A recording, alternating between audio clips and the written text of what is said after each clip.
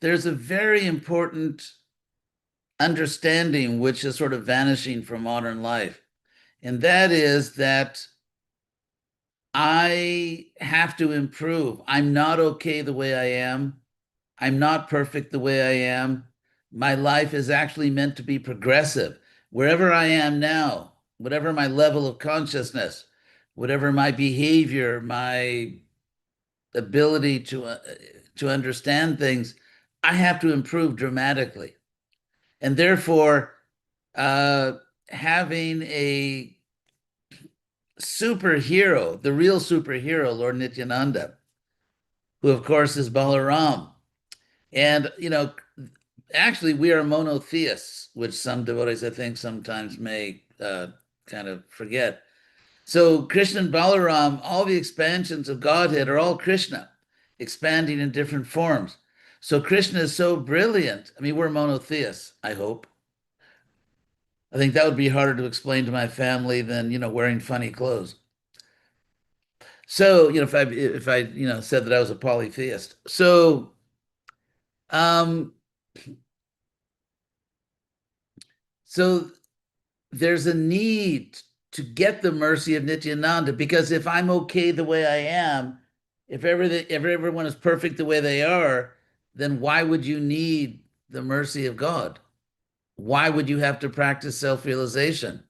So what we're seeing nowadays, and I think this is really impeding, damaging people's ability to take to serious spiritual life in Krishna consciousness, is this collective narcissism. So if you think about, uh, anyway, forgive me if this is too much information, but John Lennon did a record album called The Plastic Ono Band, in which he kind of screams out everything about himself and his agony and this and that and the other thing. And so it's interesting that kind of quote unquote honesty or self expression is something which we're supposed to admire, but it's not really honesty at all. Because if I understood, as George Harrison did, that the purpose of my life is to go back to home, back to Godhead, that the purpose of my life is to get Nityananda's mercy, then my present emotions and anger or frustration or insanity is something I would be very embarrassed about. It's just like you don't wear dirty clothes to the temple unless you're crazy. If you're going to the temple, please be kind to everyone, including the deity, and take a shower. And, take a shower, put on nice clothes, and by those outward signs, show your respect for someone who's greater than you, someone who actually has your life in their hands. There was a really popular song on the radio when I was about, I guess, about 10 years old. I can't remember, maybe 10 years old, and it was a big hit. It was called He's Got the Whole World in His Hands. He's got the whole world. I won't sing it because, I'm giving this lecture for free. So because you haven't paid, I won't actually sing that song. Actually, you should really pay me not to sing it. But anyway, so, um, but if we really understand that Krishna has the whole world in his hands, he has me in his hands, my life is in Krishna's hands, then it becomes my supreme self-interest, my overwhelmingly important self-interest to please the person who has my life in their hands. And not only in the sense of, surrendering to some cruel dictator, so I hope this person doesn't torture and kill me, so I'll be really respectful to this person. It's not sheer power, although there's a tendency, I won't get into that now, but with the proliferation of demonic madness in the form of Marxism, and the idea that and this spilled over into postmodern nonsense and a group of incredibly ignorant but famous French philosophers. The idea that ultimately all human relationships can be reduced down to power relationships. So the relationships between men and women are just, the men want power, the women have to take back their power. Everything is about power. Nothing's about love. Nothing's about kindness. Nothing's about charity. Nothing's about the mode of goodness. So you get these people like Marx who are deeply immersed in the modes of ignorance and passion and thinking that their own obsession with power defines all relationships, and that even religion is just an attempt by unscrupulous priests to gain power over other people. And so you have just this modern madness, this madness in the modern world, this uh, dark well of ignorance. And so Lord Nityananda, and then of course George Harrison, like take the song "My Sweet Lord," where he is in a sense confessing that his limitations, I really want to see you, I really want to know you, which means that I'm in ignorance now, or I'm in a sense metaphysically blinded and ignorant, but I want to come out of the darkness, out of this blindness, and I want to see, because what there is to see is the most beautiful thing, Krishna or Balaram or Nityananda. And so I want to see you because seeing Krishna, which we can do by the mercy of Nityananda, seeing Krishna is the fulfillment of every worthy aspiration, of every desire worth having. Our desire for love, our desire for happiness, our desire for beauty, our desire for knowledge.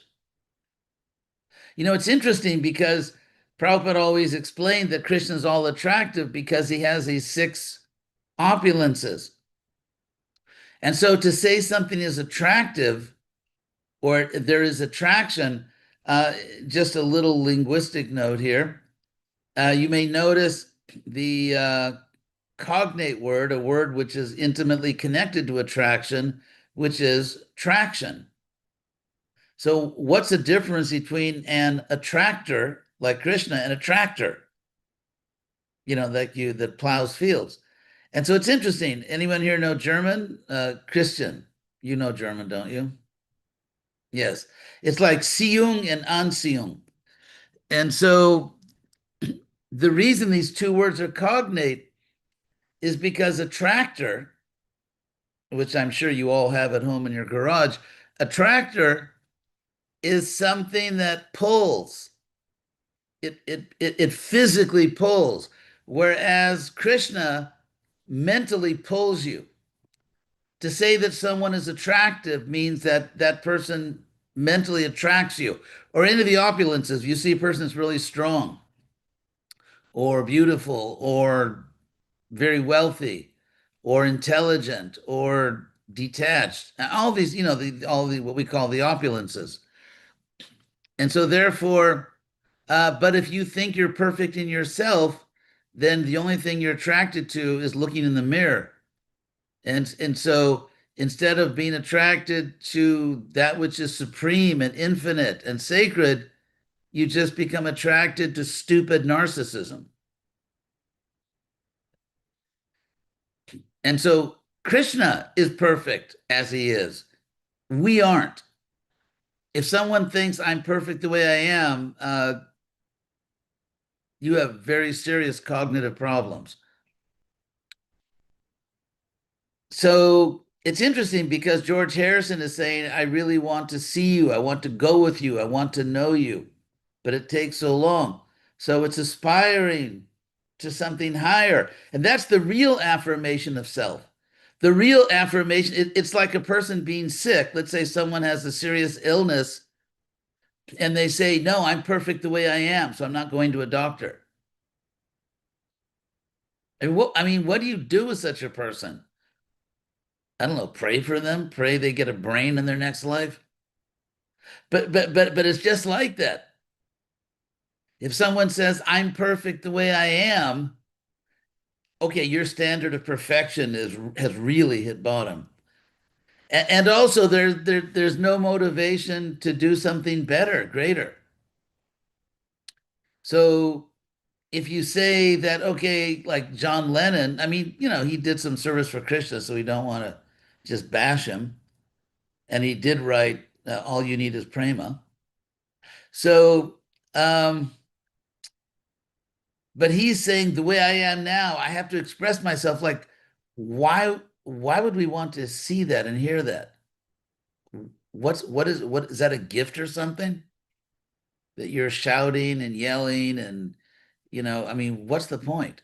It's like get your act together and then we'll talk. It's actually also a lack of respect for other people. It's a lack of respect for God. It's a lack of respect for other people. Because, let's say I was doing this program and then I hit the button and I come on and I'm wearing my pajamas and it's obvious I didn't brush my teeth after breakfast. That would be a real disrespect. The way we show respect for other people is that we present ourselves in an appropriate way. And they're showing respect by coming to hear us, unless they're just looking for something to criticize.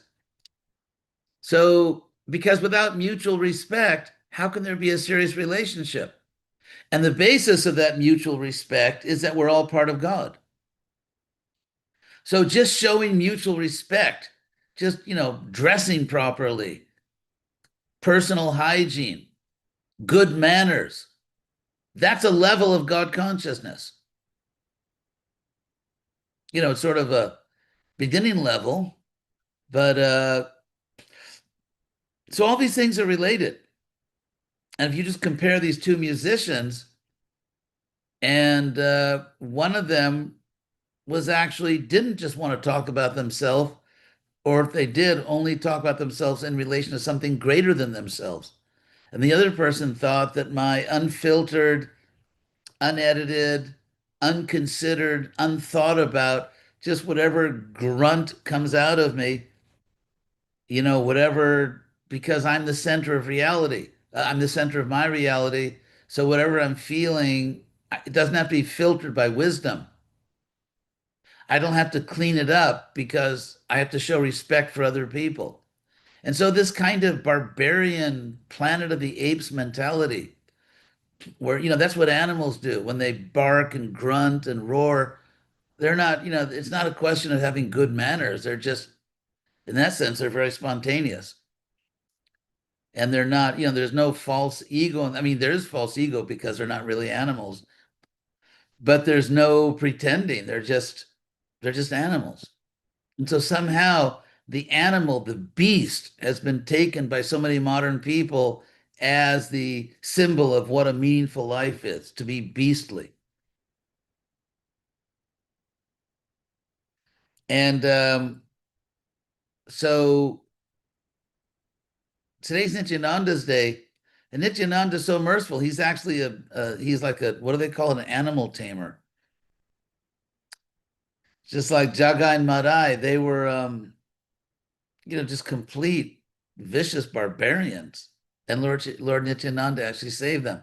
There's this beautiful song I was listening to this morning about Lord Nityananda, which is one of my favorite songs. Nitai Guna Mani Amar, Nitai Guna Mani. Prabhupada sings that Nitai is the jewel. And it's very interesting. It's very intimate because Lochan Das Thakur, I think, who wrote that, says, Nitai Guna Mani Amar. Amar in Bengali means my Nitai. So it's a very intimate thing. When you it's not just a possessiveness where he's thinking he owns Nityananda, but it's expressing intimacy. Like if the mother says, my child or my friend. I mean, think of a difference if you say, yeah, yeah, he's a friend, or if you say he's my friend, it's more intimate, it's more personal. And so he says, Nitai Gunamani Amar, and Nitai is Gunamani. He's the jewel of all people with good qualities. Everyone that has good qualities, the jewel of all of them is Nitai. And then the song is very beautiful. It says that the Abhadda Karuna Sindhu Nitai Kotia Mohan, that the Karuna Sindhu, the ocean of mercy, was actually blocked. There's an ocean of mercy, but it wasn't flowing, it wasn't reaching people. And so it said he cut, Prabhupada pronounces it a canal. He means canal. I mean, well, he doesn't mean, I mean, that's India, I guess, how they pronounce canal. Or he opened a canal, or he opened so the water could flow of the ocean of mercy. So that Avadha Karuna Sindhu is again kind of the situation in the world, that the ocean of mercy, which Lord Chaitanya brought, is really, it's blocked. The mercy is not flowing. Devotees are not what are called public intellectuals. As we know now, especially in America, we've kind of reached a new low in terms of political behavior and etiquette. And so just the value of being a lady or a gentleman is something which these people can't understand. And so without getting into political topics, which would be kind of depressing, um, but if we read the news, where are the Vaishnavas? Somehow, I mean, that's why Prabhupada came to America, because he knew that if he was successful in America, other people would listen to him. I mean, especially in India, they would, and they did. So somehow or other, we need to become the public speakers. We need to be as Lord Nityananda was. So the question is not, why are the politicians so disgusting, especially in certain countries? Um, that's not the question. The question is, where are the devotees? Where are the devotees? Especially in the Western world, that's a real question. Where are the devotees? So anyway, as tempting and relishable as it is to criticize others, I will try to remain positive because it's Nityananda's day. I have to, hey, shut, you got to give me a Jane Austen quote about criticizing others later. You find a quote for me. Anyway, so so here we are. Here we are. And Krishna has provided this technology because, I mean, people, you're in Africa, which is a different continent. It's not exactly a close geographic neighbor of California. In fact, it would take, a long time to fly there. And so, but it's interesting how space and time, in a sense, has vanished. And that's what Vedic sacrifices do. Because if you ever curious how Vedic sacrifices work, I can give you a sort of my understanding of it just by thinking about it. And that is that because Krishna says in the Bhagavad Gita that I'm everywhere, Mayi sarvam idang tatang, uh, that everything's expanded in me, that the highest yogi is yomang pashyati sarvatra, one who sees me everywhere, sarvam cha mayi pashyati, he sees me everywhere and sees everything in me. So what that means is the logical consequence of everything being in Krishna and Krishna being everywhere is that everything is everywhere. Just think about that for a moment. Everything is everywhere because Krishna is everywhere and everything's in Krishna. And so in the Vedic sacrifices, the sacrificial arena was kind of like your computer screen. And when the priest chanted mantras and made an offering, it was like clicking. That was like the mouse. The spoon of offering was kind of like the mouse. You point and click through mantra. But anyway, so without going into all the details of that, but um, so in this age, it's the Sankirtan movement. So first of all, it's very inspiring. Well, not first of all, but also it's very inspiring to see all of you there, especially when I was younger. I was actually younger. I wasn't born in this pitiable state, but I remember when I was in Latin America and we were spreading Krishna consciousness all over Latin America, and I used to think of Africa, which was actually a neighbor to my zone. I was in Brazil, and that easternmost part of Brazil, where it kind of sticks out to the east, is actually not that far from West Africa. And so I used to dream about, what it would be like to just open everything up. Of course, it was actually done. Bhakti Tirtha Swami was, of course, the most distinguished pioneer there. And so it's by Prabhupada's purity and genius and determination and self-sacrifice that we can now have friends all around the world. When I was a kid, they used to have what they called pen pals, where they had these like I guess these programs where if you signed up, they would give you the name and address of someone in a different country, then you would write to them. I actually, when I was about 12 years old, I had a pen pal in France and a boy my age in France. So Prabhupada really has created an international society for Krishna consciousness. And Prabhupada said progress means to increase the family members. It's interesting, um, before the Industrial Revolution, the bigger your family, the more prosperous you were. Because anyone that's ever worked on a farm knows you can always use help. There's always things to do, whether it's, so having big families, there was actually economic pressure to have a lot of children. But with the Industrial Revolution and urbanization, it completely reversed, and there were strong economic incentives to have small families. Because in an urban environment, your 10 children can't do anything except drive you into bankruptcy. Whereas in a farm, they can actually help. So now you have these nuclear families, and of course, now they split the atom. So even a family with a mother and father and one or two kids is in the West now. It's because there's so much divorce.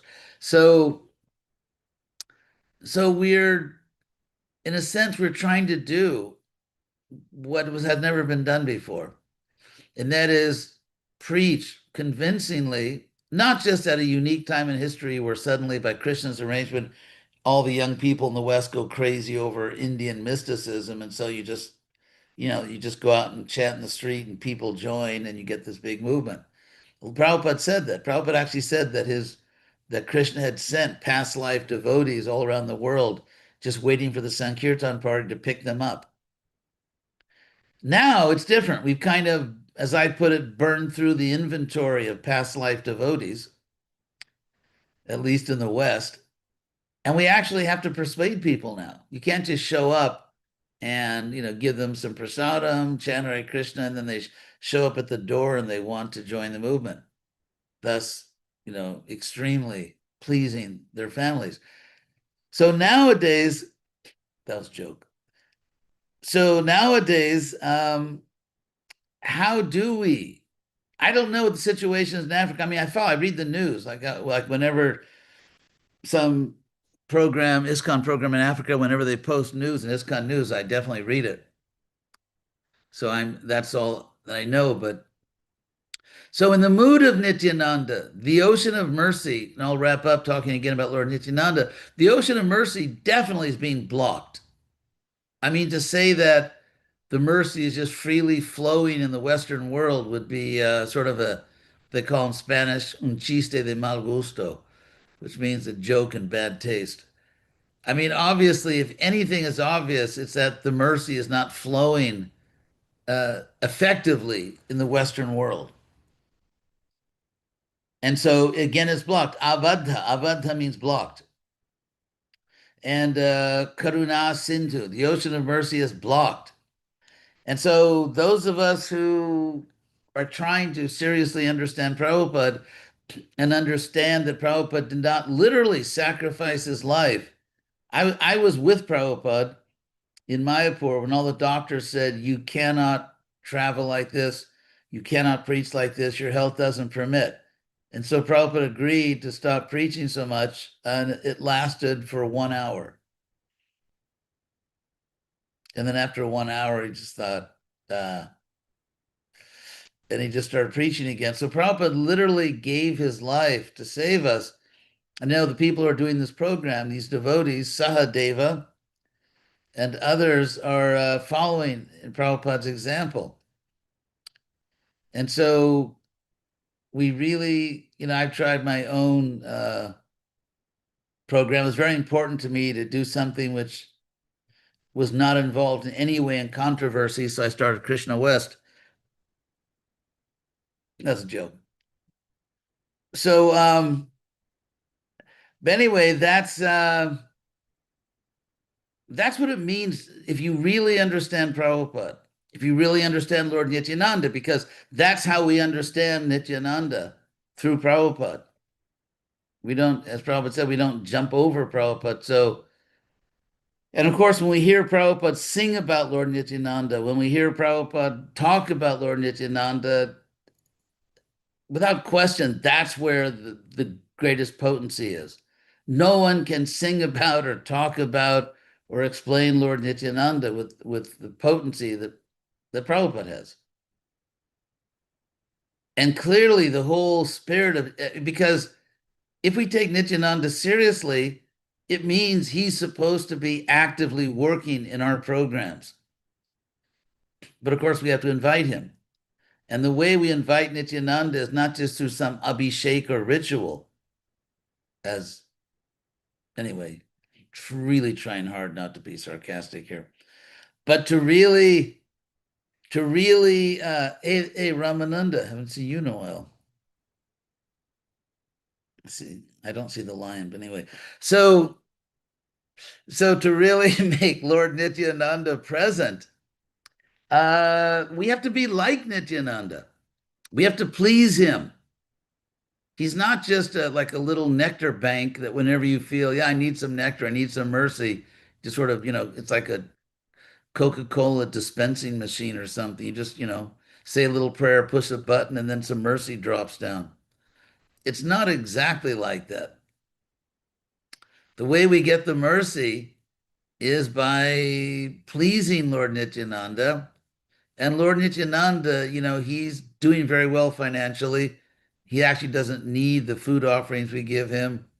He doesn't need all the prayers. All those things are for our purification. They're not because Lord Nityananda is needy or something. And so if we really want to please Lord Nityananda, I mean, it's nice when we make an offering or sing a song. It's nice because we're showing Lord Nityananda that we're not total barbarians, that we actually have some understanding and we have some devotion. But if you want to become what the acharyas call the antaranga bhakta, like literally sort of like an internal or intimate, sort of how you say intimate in Sanskrit or Sanskritic Bengali, antaranga. Antar, of course, is the source for our English word internal. So if we really want that, we have to, get off our asanas and really work hard. Nityananda was going all over the country, preaching, engaging people, saving people. And so we can judge our devotion by how much we are following Prabhupada's example. I mean, obviously, it would be absurd, if not perverse, to say that Prabhupada gave his life for us so we could, go to Sunday feasts and kind of see our friends and do a little kirtan. I mean, that's all good, but not if that's the extent of one's spiritual life. Prabhupada went everywhere and worked. No one, I mean, Prabhupada worked harder than we did. He was twice or three times as old as we were, actually three times, and he was working harder than we did. So if Prabhupada's the Acharya, that's the example. We work very hard to directly spread Krishna consciousness. That's the example. And then we'll get the mercy of Lord Nityananda.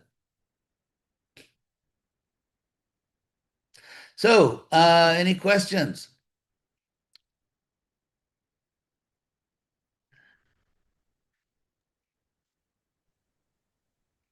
Okay, thank you so much, Maharaj. Um, Sri Maharaj Acharya Prabhu, you may unmute.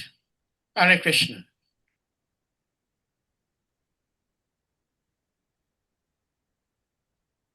Are you there? Yes, Hare Krishna. Okay. Please accept my questions, Maharaj. I'm driving, so I have to pull over. So, Yeah, please pull over, don't crash. yeah. Okay, Maharaj, thank you very much. We are very glad to have you here. And we appreciate your delivery. And we are also fortunate to be hearing from you something that many of us had wished and longed for a long time, as you are one of those early the pillars of ISKCON from the early days. So your presence is very auspicious for us and very beneficial. So thank you very much, Maharaj. And I would also like to appeal to you to please to be open for us, because here we ask questions on this platform. We are very known for asking questions. Oh, good. And I'm very known for answering questions. okay, thank you. All right, Maharaj. So my first question is, I have a lot of questions, but I'm going to start with this first one.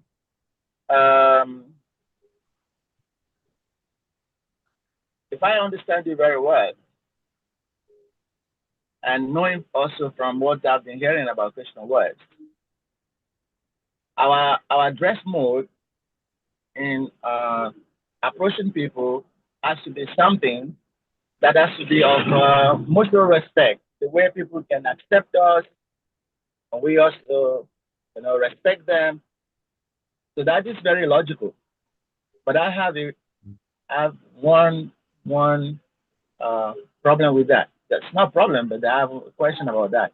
The fact is that we cannot separate religion from culture, at least from history. Almost every religious tradition has Yes, come from yes, some cultural background. And then, secondly, we also have the priestly class who are known for a particular uniform, particular mode of dressing, and they're always accepted in every tradition. All tradition. I'm talking from Africa, and we have our tradition and the way our priests dress. And we accepted Islam when they came. We accepted Christians when they came with their own different acculturation. So it is not totally strange to us here in Africa that the Hindu monks or the Hindu priests have a particular way of dressing. So it's not shocking to us. Of course, maybe a little bit uh, outlandish, but it's not so shocking. So what I'm saying is that it isn't a question of not showing respect or not honoring the people, but it's because it is embedded in tradition that the priest will look different. okay, yeah. I've So actually, that I think I've heard these points a few times in the last 10 years. And so maybe I'll just respond because it's a good point. I mean, it's a good point, but I think that if we look closer, we find that your argument actually works in favor of Krishna West, not against it. And also, I didn't call it Krishna Africa. Uh, I called it Krishna West. I mean, Africa, there is Western Africa, but I know Bhakti Tirtha Swami had a lot of success adapting to African customs. So, okay, here are a few points. If we let's broaden this discussion so we're talking in general about a few much larger things, so we can then locate ISKCON within larger historical realities. And one is the history of religions. We have to know something about the history of religions, and we have to know something about how, let's say, external customs like dress, like cuisine, architecture, music styles, how those things acted or failed to act within the history of religions, and especially to get more specific within the history of missionary religions, especially, and there's a big difference between missionary religion in a foreign culture externally and missionary religion in a country of origin. These are all socio-historical issues that I'll try to briefly go over. If I was in India, for example, I would never take my dhoti off, and because then I'd never have to pay for lunch. Because obviously, that's sannyasis are very attached to their free lunch.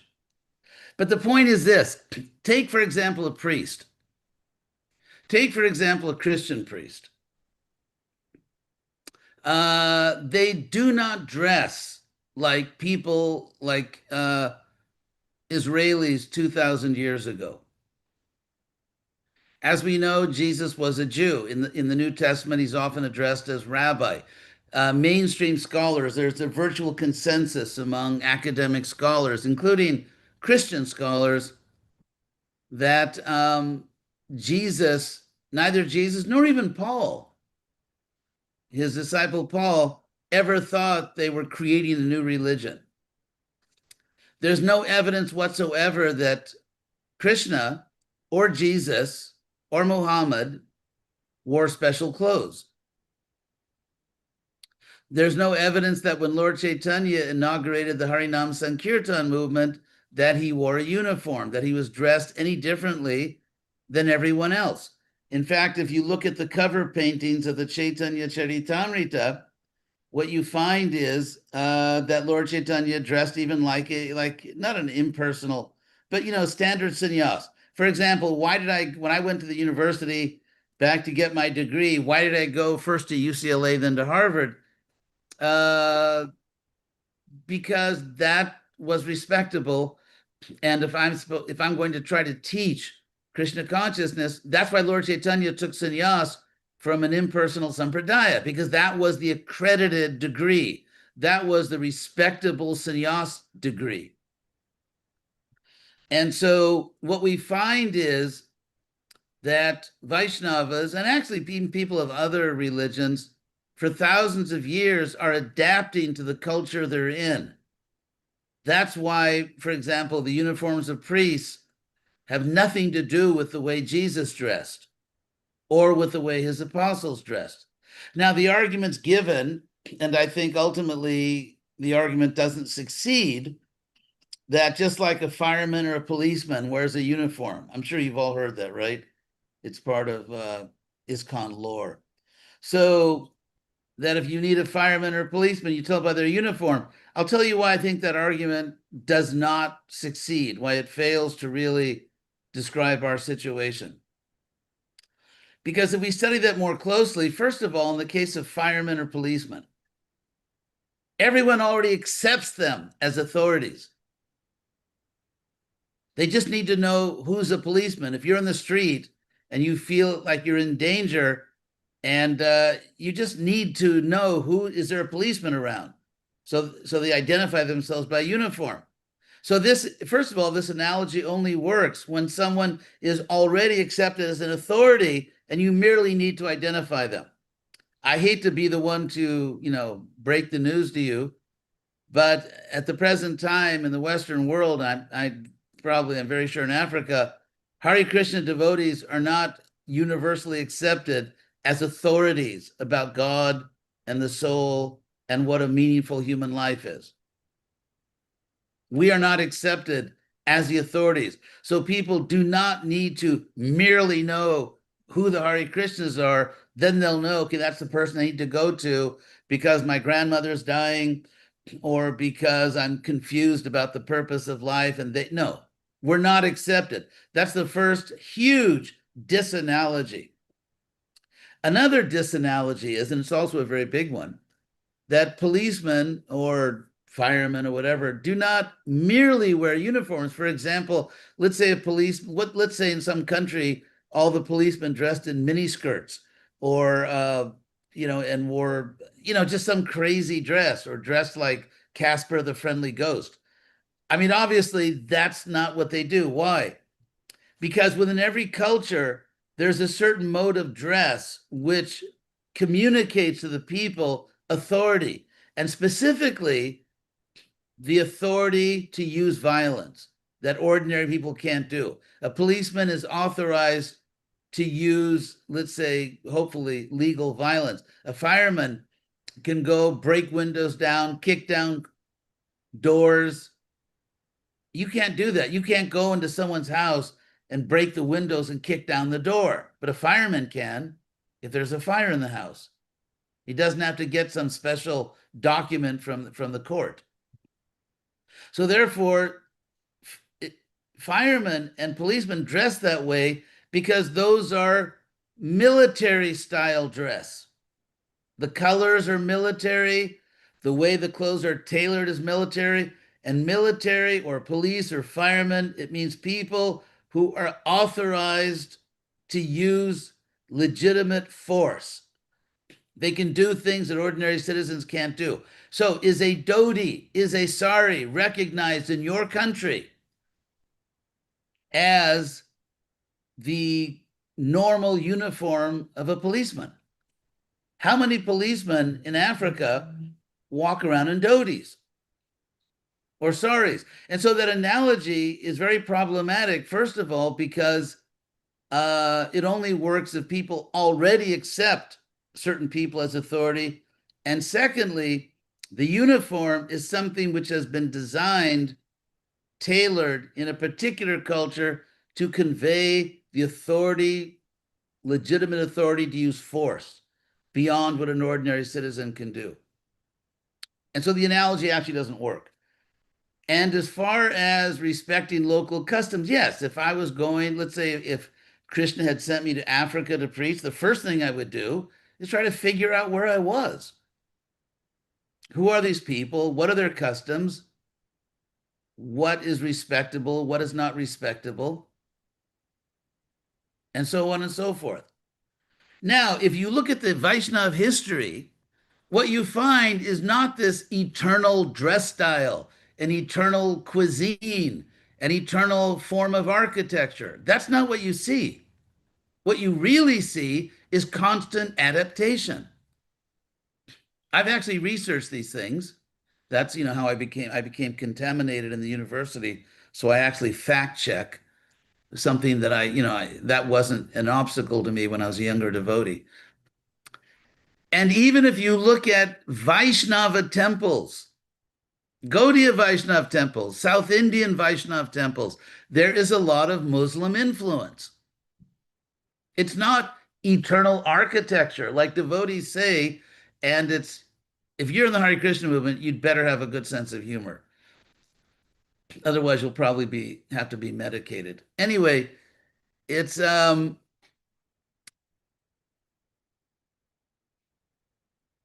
is devotees say, yeah, we're building a Vedic temple, which just means Indian architecture. Or, we have to cook for the deities, which has a lot of Muslim influence, by the way. And of course, South Indian temple architecture is very different from North Indian temple architecture. So, or they say, okay, these are the foods we're cooking because the deities want us to cook these foods. And it's, this is really cross-cultural because it turns out that Krishna really likes Turkish food.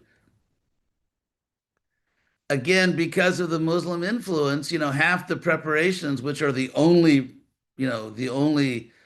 preps that the deities like, it turns out they're not even from India.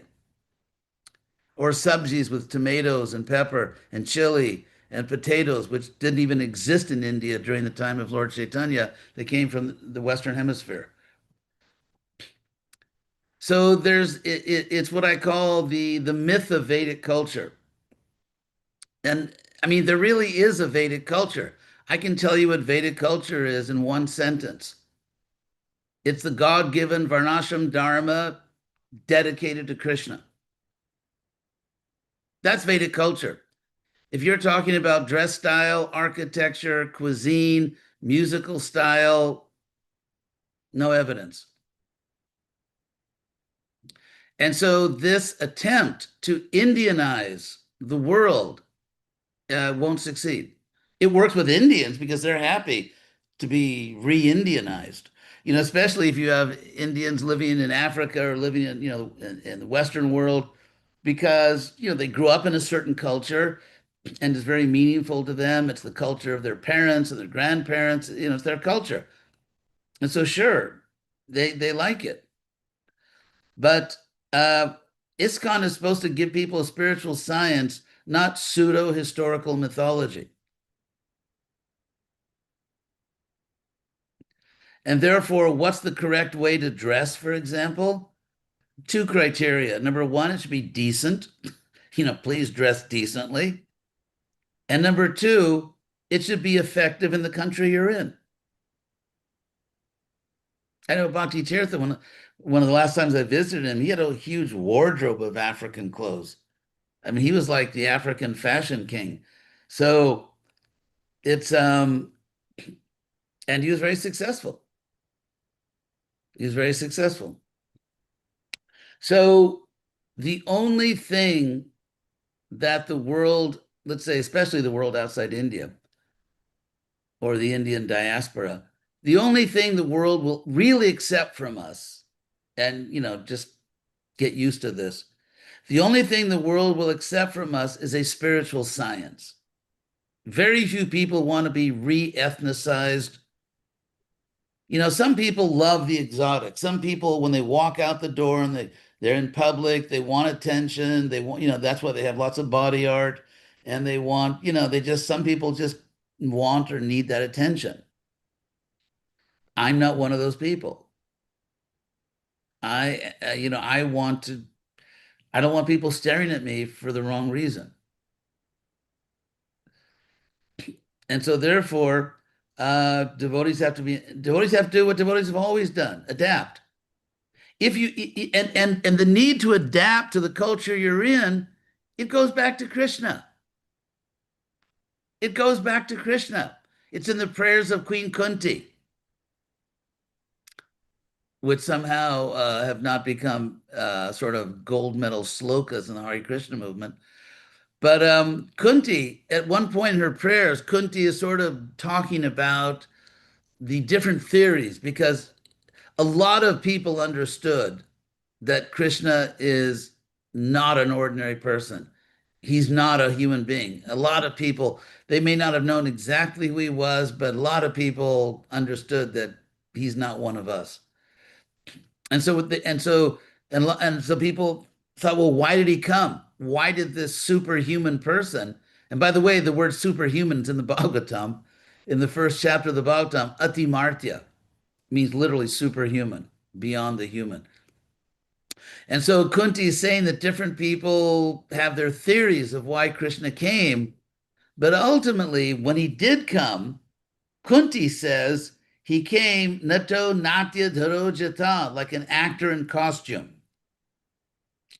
That means however Krishna dressed 5,000 years ago, and Indian art, which comes about 4,000 years after Krishna came, is not a window into 5,000 years ago. It's a window into Indian art at the time it was made. And so what we do know is that Krishna came in disguise. So even if you knew how Krishna dressed, and it's not explained in Shastra, all we know is, he really liked yellow. He liked yellow clothes. Somehow, kind of was a really good contrast with his rain cloud colored body. So we don't actually know what was in Krishna's closet. And of course, the word, as some of you heard this a million times, so just take this as a tapasya. You have to hear it again. But as we know, words like Dodi and Sari are not Sanskrit words, are not in any Shastra. There's no description in any Shastra about how he dressed. But even if we knew how Krishna dressed, that would tell us nothing about the spiritual world. In fact, also, not only Kunti, but in the first chapter of the Bhagavatam, it said, Kritavan Kila Karmani Saharamena Keshava. That Keshava, along with his brother Rama, they performed superhuman activities, Atimartyani Bhagavan Buddha Kapita Manusha. And he was in disguise, pretending to be a human being. So even if we knew how Krishna dressed, that would tell you nothing about the spiritual world. Or maybe, probably still likes yellow in the spiritual world.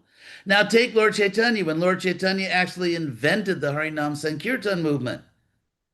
All the evidence we have is that Lord Chaitanya didn't wear a uniform. No one wore a uniform. There was no uniform. They dressed like everybody else. Lord Chaitanya was a highly respectable, so-called Brahmana, born in a high-class Brahmana family in Navadvip. He was a great scholar. So it's just like Krishna 5,000 years ago. He was born in a Kshatriya family. Therefore, the devotees who are going to help him to reestablish Dharma and get rid of the bad guys, they also were Kshatriyas, the Pandavas, the Yadus. Of course, Krishna's most intimate pastimes were in Vrindavan. However, those were the pastimes of just revealing the highest bhakti, not the pastimes of directly getting rid of the bad guys and saving the good guys. That Krishna did with Kshatriya followers, devotees. Similarly, when Lord Chaitanya comes, the fact that he's born in a Brahmin family and was himself, even materially, a great scholar, the fact that the Goswamis were great scholars, actually, the fact that Bhaktivinoda Thakur was a great scholar, the fact that Prabhupada achieved an amazing intellectual feat, that he could take all this literature, this knowledge, and actually create a meta language in English, which was, a feat of just of brilliance. Anyway, I'll stop there. So some people have questions. Sarvatma, go ahead, Sarvatma. What do you got to say? What do you have to say for yourself? Hare Krishna. Actually, I was going to call Sarvatma Prabhu because he has Okay, go ahead. Go ahead. Hey, Sarvatma Prabhu, please you may Divya's unmute. there also. Yeah, I have. I don't disagree with you, but I find out that in the Chaitanya Charitamrita there is a ample list of the different cuisine varieties that Lord Chaitanya enjoyed. So we can assume, Lord Chaitanya being Krishna, that there is a certain predilection, and it's not based on. Okay. Yeah, you've skipped a few logical steps there, which I'll fill in for you at no cost to you, other than, whatever. So consider the fact that when Krishna appeared as Krishna in Vrindavan, he grew up in the home of obviously Nanda and Jashoda, who were technically, not really, but they were Vaishyas. Within that culture, they were Vaishyas. I mean, obviously, they're liberated souls. So Krishna ate all of his meals until he left Vrindavan in the home of his quote unquote Vaishya parents. However, when Krishna came with Lord Chaitanya, he never ate in the home of a Vaishya. Why? Because the culture had changed. And it was not respectable for a Brahmin, certainly not a sannyasi Brahmin, it was not respectable to eat in the home of a Vaishya. And Lord Chaitanya never did it. Why? Because he was adapting to the culture he was in. Now, the fact that obviously we know that Lord Chaitanya's devotees cooked for him and that he relished it, what that tells us is, number one, they were good cooks. And he liked it. So it doesn't, I mean, do we find a verse in the Chaitanya Charitamrita that explicitly says, and we should be very careful about filling in things that aren't stated, that Lord Chaitanya, let's say he was in the home of some Brahmin, or even, his mother was cooking for him, and he relished the prasadam, and then Lord Chaitanya declared, I'm relishing this because this is exactly what's on the menu in Krishna Loka. This is like a typical breakfast in the spiritual world. Did he ever say that?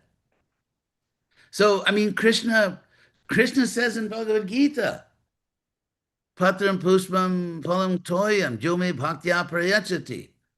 Whoever offers me with love and devotion, as we know, flour, water,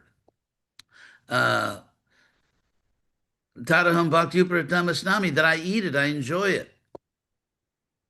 So does that mean that we don't know exactly what they cook in the spiritual world? And not only that, since the spiritual world is infinite, are there like, yeah, there's 7 basic preps in the spiritual world. No, there must be millions of preparations.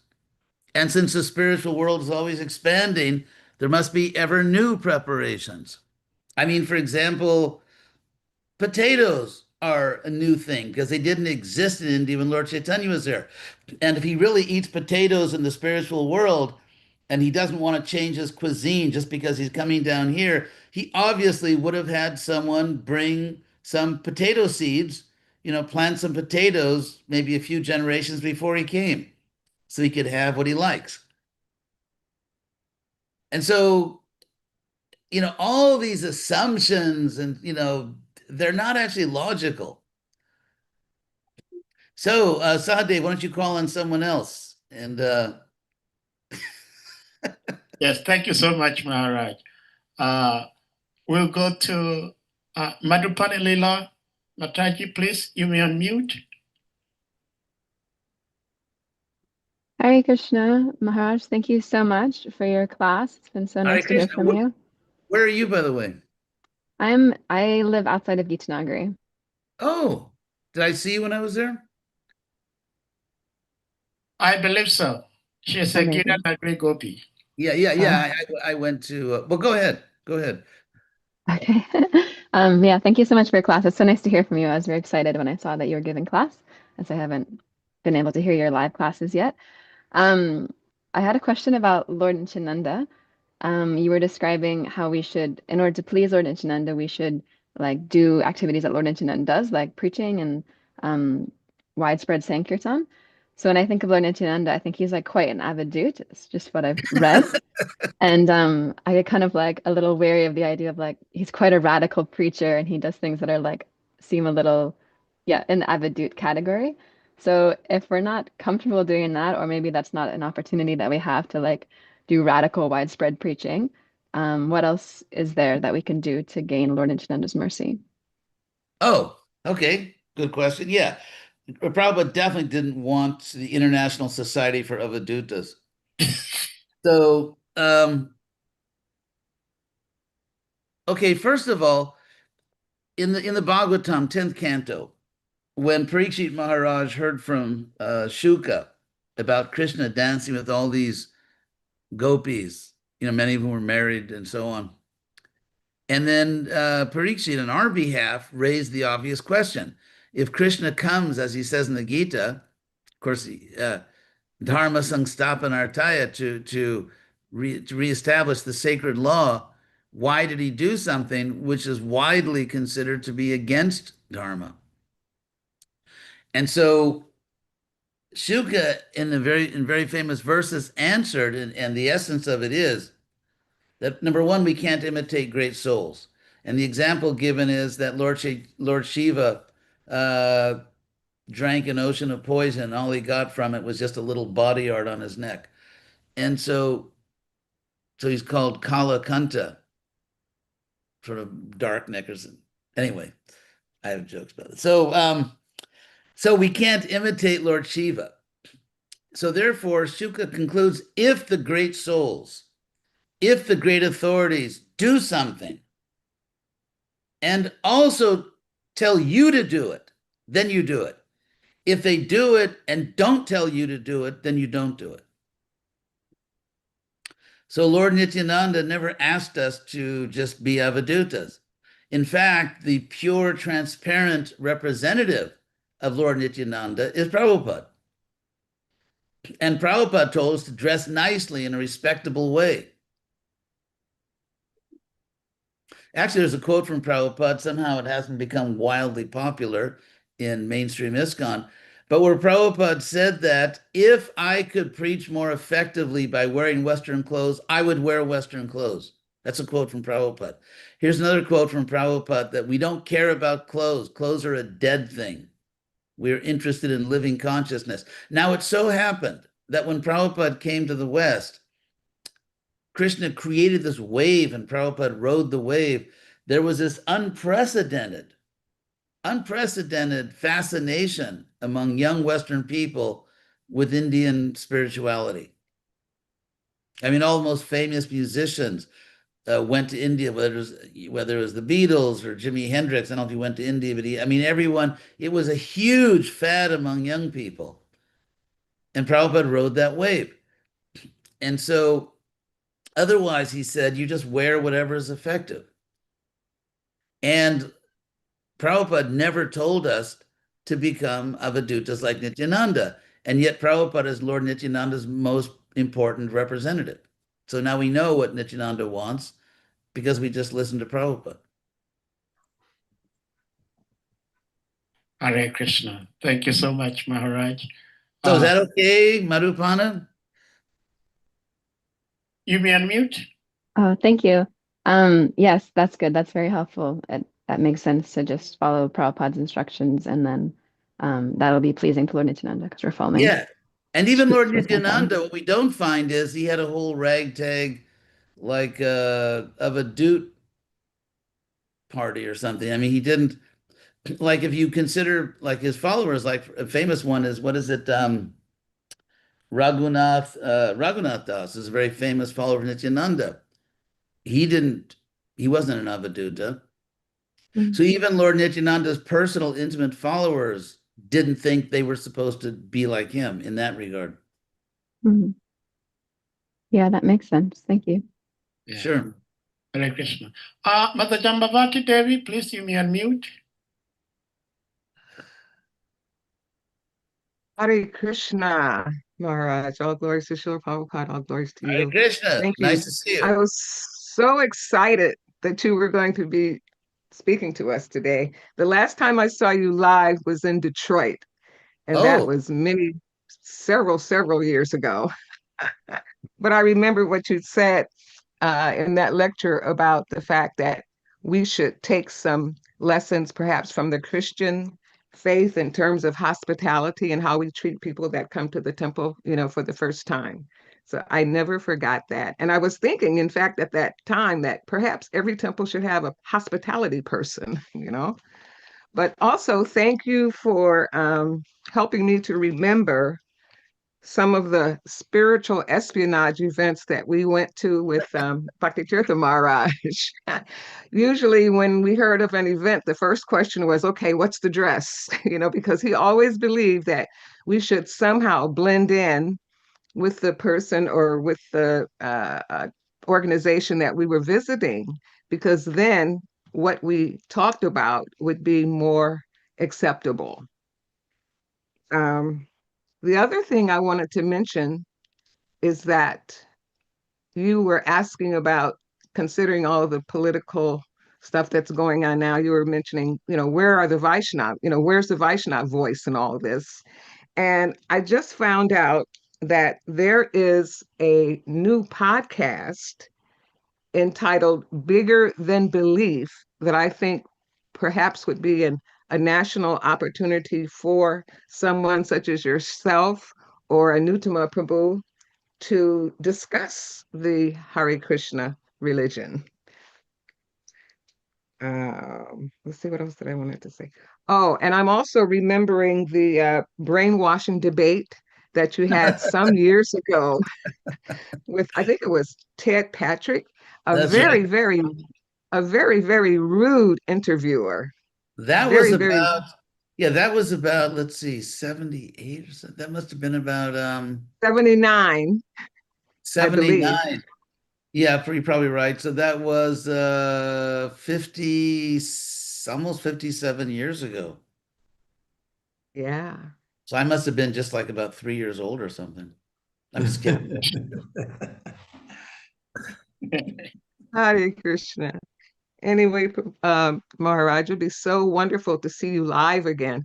Any plans on coming to Gita Nagari anytime soon? Actually, I really pray that Krishna empowers me, because I would love to go and see all the devotees, love to go to all these different places, and then I have to write books, and so pray for me. Hare Krishna, Maharaj. And you pray for me too. Yeah. Bye. Hare Yeah. Krishna. Thank you so much, Jai. Thank you so much, Maharaj. We go to Her Grace Chiri Shakti Devi. Please, you may unmute. Hare Krishna Maharaj, my obeisances. Hare Krishna. Where are you? I'm in London. In London. Yes. Krishna. I don't want to. I know you spoke about it at length, and your points about Prabhupada being adaptable, progressive, how we should have flexibility and adaptability with the external aspects of Krishna consciousness, like dress and food. The main thing is getting the science of Krishna consciousness across to individuals, plus all the historical elements. I guess what I was thinking about was, in our writings of our Goswamis, there's variety in terms of the way Krishna appears in terms of his dress. When we read Radha Krishna Ganadishtipika, the general coloring of the gopis' dress is given, and complexion, etc., and surfaces, rather than exact things about what they're wearing. But there is certainly a flavor which may come across as it's Indian ethnicity, but it's actually the dress and style of Goloka Vrindavan. My question is more around, because so much of, actually, especially when we start to take our Krishna consciousness very seriously, we are wanting our human psychology to align with our divine psychology. We want our human body to be looking and doing the things that our real body does. And despite that, of course, Prabhupada emphasized adaptability. Bhakti Maharaj would say, Prabhupada told them to go and preach in wigs and suits when they did the university preaching. My question is, why do you, having been with Srila Prabhupada from the very beginning, why do you feel that Prabhupada did initially introduce and have devotees adhere to a particular way of dressing in the temple, outside the temple, etc.? Yeah. Thank you. First of all, in the Veda base, the old saying, "Don't kill the messenger." In the Veda base, a devotee, like a brahmachari, asked Prabhupada, "Why do we wear these clothes like dhoti and everything?" And Prabhupada's answer was, "Because you wanted to. I never said you had to do it." In 1970, not 70, was it 74? Maybe 75? Yeah, so that's when Prabhupada was coming to my zone in South America, and he's supposed to come before, and then devotees convinced him to go to some other country. So this time I went all the way to Hawaii to sort of accompany Prabhupada all the way, back to my zone. Uh-oh. Hold on one second. I have a big picture of myself on the screen. I'm going back to gallery. That's the last thing in the world I want to see is so we were driving in a car with Prabhupada. We were actually going from the Honolulu temple to Waikiki Beach to do japa walk. And the former temple president of Honolulu, who was dear to Prabhupada, he left. In those days, if you left the temple, it's kind of like, abandoning, because we couldn't imagine you can actually be a spirit soul outside of a Hare Krishna temple. But anyway, so he had left, and Prabhupada was, unhappy, and we were in the car, and so he asked the GBC there, why did he leave? And so then this devotee told Prabhupada, well, he didn't want to wear these clothes and everything. And he was sannyasi, and Prabhupada said, Prabhupada said, I was in the car. Of course, that's not enough to make an impression on many people. It's amazing how, like, these stories just sort of bounce off their subtle bodies. But Prabhupada actually said to me that I never said you had to wear Indian clothes. I just said dress like a gentleman. And I mean, I can send you, if you write me a note, or it's on probably on my website, or I could give you, we can send you a coupon to get a discount. That was a joke. Anyway, so yeah, we should have a charity of coupons. Anyway, there's all these quotes from Prabhupada. So there's like the mythical Prabhupada. Basically, what has happened, and I'm speaking now as a historian, like as an academic historian, that very conservative devotees who tend, by the way, not to be people from an Indian background. Interestingly, the most sort of crazy conservative people in ISKCON tend to be converted Westerners, not Indians. And so, yeah, these are sort of fanatically conservative people who have created a Prabhupada in their own image. It's just like the Scandinavian muscular Jesus, sort of blonde, blue-eyed, muscular Jesus, and who's kind of like, sort of right out of the Aryan nation of Germany. So it's so that's what happens. Conditioned souls tend to see God or see the representative God through their own filter. So this very conservative Prabhupada is a creation. It's not the real Prabhupada. And I've written essays. I've given quote after quote after quote. Let me give you one example. And this is not theology. This is psychology. It's like a study in human psychology and fanatical human psych. And that's a whole division of academic psychological studies, the fanatic. In 2003, I was asked to take over temporarily as GBC of Atlanta because the temple is just not doing well. So I went there, and what I noticed is that everyone was mostly just living at our expense in the temple and doing very little, but the people that were actually doing work were it was all just pujari work, and there was no preaching going on. So I had a personal experience with Prabhupada. When I was in Prabhupada's room, sitting right in front of him, he got a letter. A letter was brought to him while I was sitting there from Tejas, a Prabhupada disciple who at that time was president of Delhi, of New Delhi. And at that time, I'm just going to turn off my ringer. At that time, ISKCON did not own a property in Delhi. Now it seems to own half of Delhi. But anyway, at that time, they didn't own a temple in Delhi. They were renting a house in the south part, nice area in the south of Delhi. And so the president there wrote to Prabhupada and said he had given up that rented house, which Prabhupada really liked. It was a very beautiful, prestigious house. And he had rented a cheaper house. And the reason he gave was that because everyone had left the temple. He was, a nice devotee, but not really great at human relations. And so everyone left the temple. Then his wife left the temple. Everyone left. And so he had to do all the puja. They had Radha Krishna, Radha Parthasarathi. And so because he had to do all the puja himself, he didn't have time to go out and make life members, and therefore he couldn't afford the house because he thought, I can't reduce the deity standard. And so when Prabhupada got it, I was sitting right there. Prabhupada said he has done the wrong thing.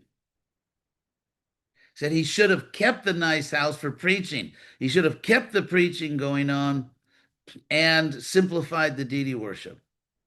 Now, that's exactly the opposite of what devotees did, certainly in North America, because when the movement fell on hard times for various reasons, and there weren't many devotees, so like say Atlanta Temple, they had a standard of deity worship when they had like 40 Brahmins in the temple. And now they had 4. But they had to keep the same standard and stop the preaching. Exactly the opposite of what Prabhupada said. The 2 parallel tracks. The preachings, both are needed, but the preaching is more important. So because I actually followed Prabhupada's direct instruction, one of the Prabhupada disciples, example, wrote a letter to the GBC complaining that I should be replaced as GBC because I deviated, because I did exactly what Prabhupada said to do. And so this is not a unique case. I can show you as many cases as you want till you can't stand it anymore. But I can give you many cases where you can beat people over the head with Prabhupada quotes. You can flood them. You can drown them in Prabhupada quotes. It has absolutely no effect on them. It has no effect. And so we're dealing not with theology, but with sort of problematic human psychology. It's just like Prabhupada could say so many times, as he did say so many times, that women can be gurus, but it Yeah. bounces off the subtle body of these people. So the real Prabhupada is not this very conservative people a person that wants everyone to wear these funny clothes. I mean, funny in the West. That's not the real Prabhupada. That's the concocted Prabhupada invented by sort of conservative fanatics in their own image. I Yeah, mean, I think the reason I asked my question was because adaptability's got to be on a foundation of the baseline principle. Otherwise, you're just moving between the one polarized state of fanaticism no, and the no, other side no. of being so Very good liberal point. that No, everything very moves so good point. much. But So that's what I was trying to yeah, understand. but I'll tell you what Prabhupada's baseline is. Prabhupada had a baseline because as soon as I started Krishna West, one question, it's amazing that I got like over and over everywhere I went is, so you think we can go in the temple in Speedo swimming trunks or something, or or women can just wear a bikini? It's like, no. See, the confusion here is a confusion between cultural principles and Mhm. ethnic details. To wear a dhoti or a sari is an ethnic detail. And as I saw personally in India, many prostitutes wear saris. They just have their own way of wearing them.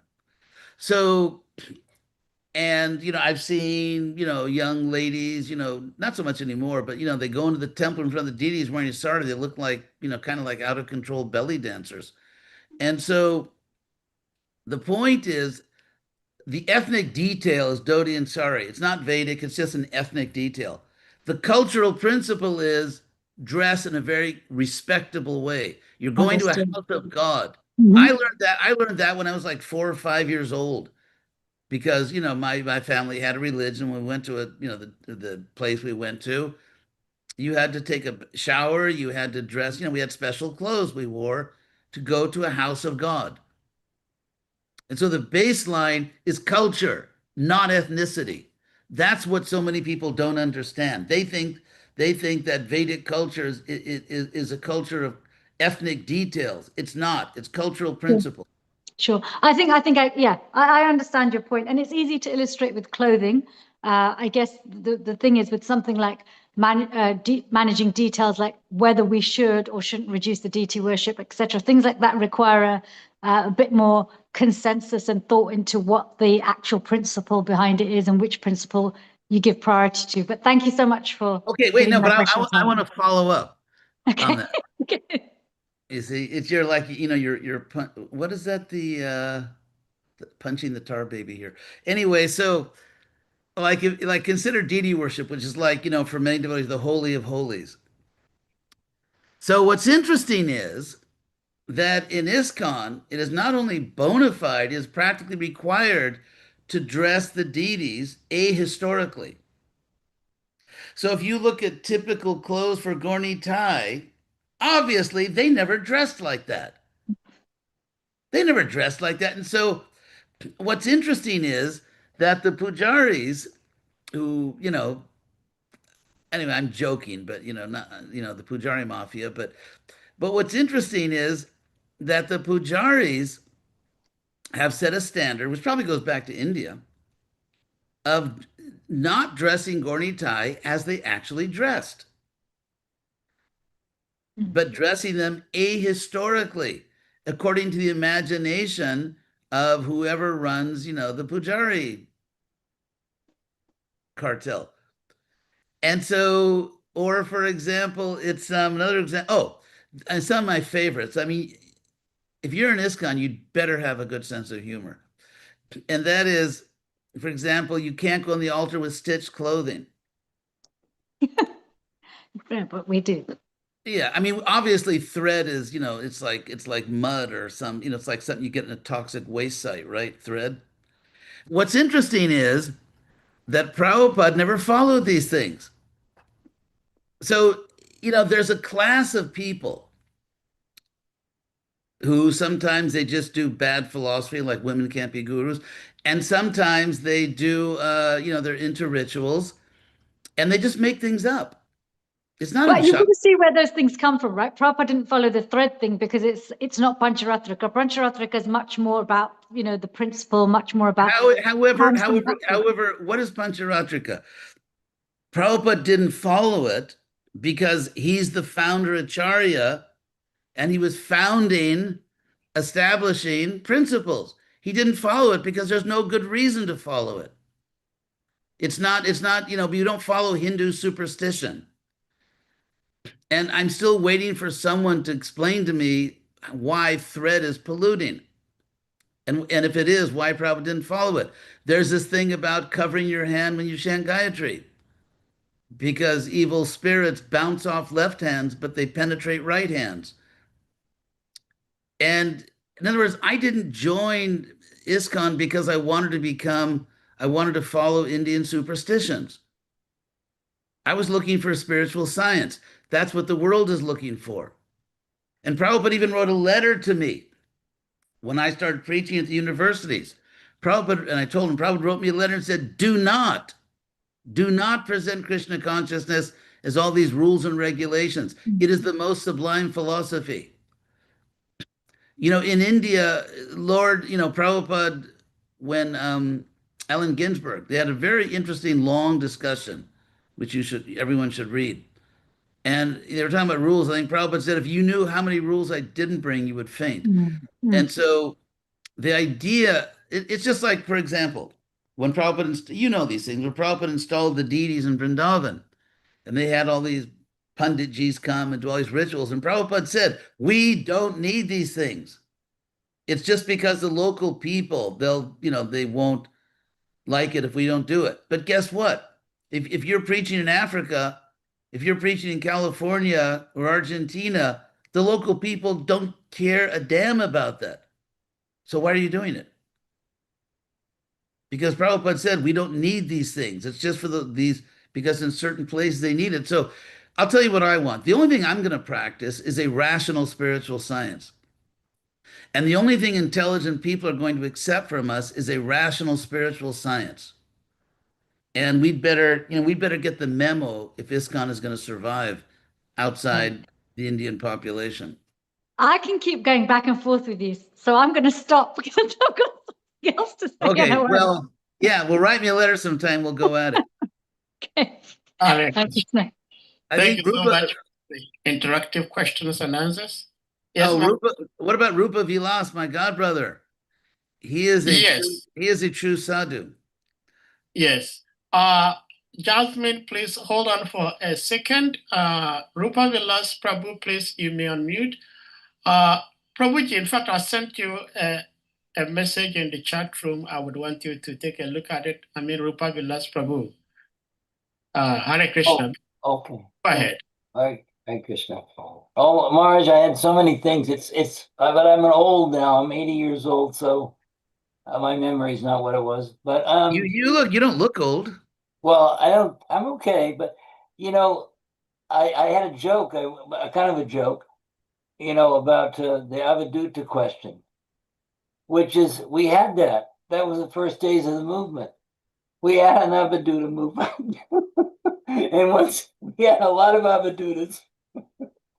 Yeah, but Prabhupada didn't care for it. The whole hippie culture, he rejected it. He didn't want anything to do with it. I know Dayananda, my godbrother, talks about this all the time, that he wanted to tone down the whole hippie appeal. But and then back to the dhoti situation, why was everyone wearing dhotis? Well, Kirtananda kind of started it. Kirtananda was, I think, the first one to wear a dhoti and shave his head in imitation of Prabhupada, and it sort of caught on, and Prabhupada let it go as long as it was effective. But your adaptability point is so profoundly important that as soon as it didn't seem to be working, he just changed his tactics. He always did. Yeah, in fact, there's a Satsarupa writes in one of his books about Prabhupada that when Prabhupada got a picture of the veil of Balavanta wearing a tie and coat when he's running for mayor of Atlanta, and Prabhupada said, quote, "This is what I always wanted." that you become known as American Vaishnavas. This is what I always wanted.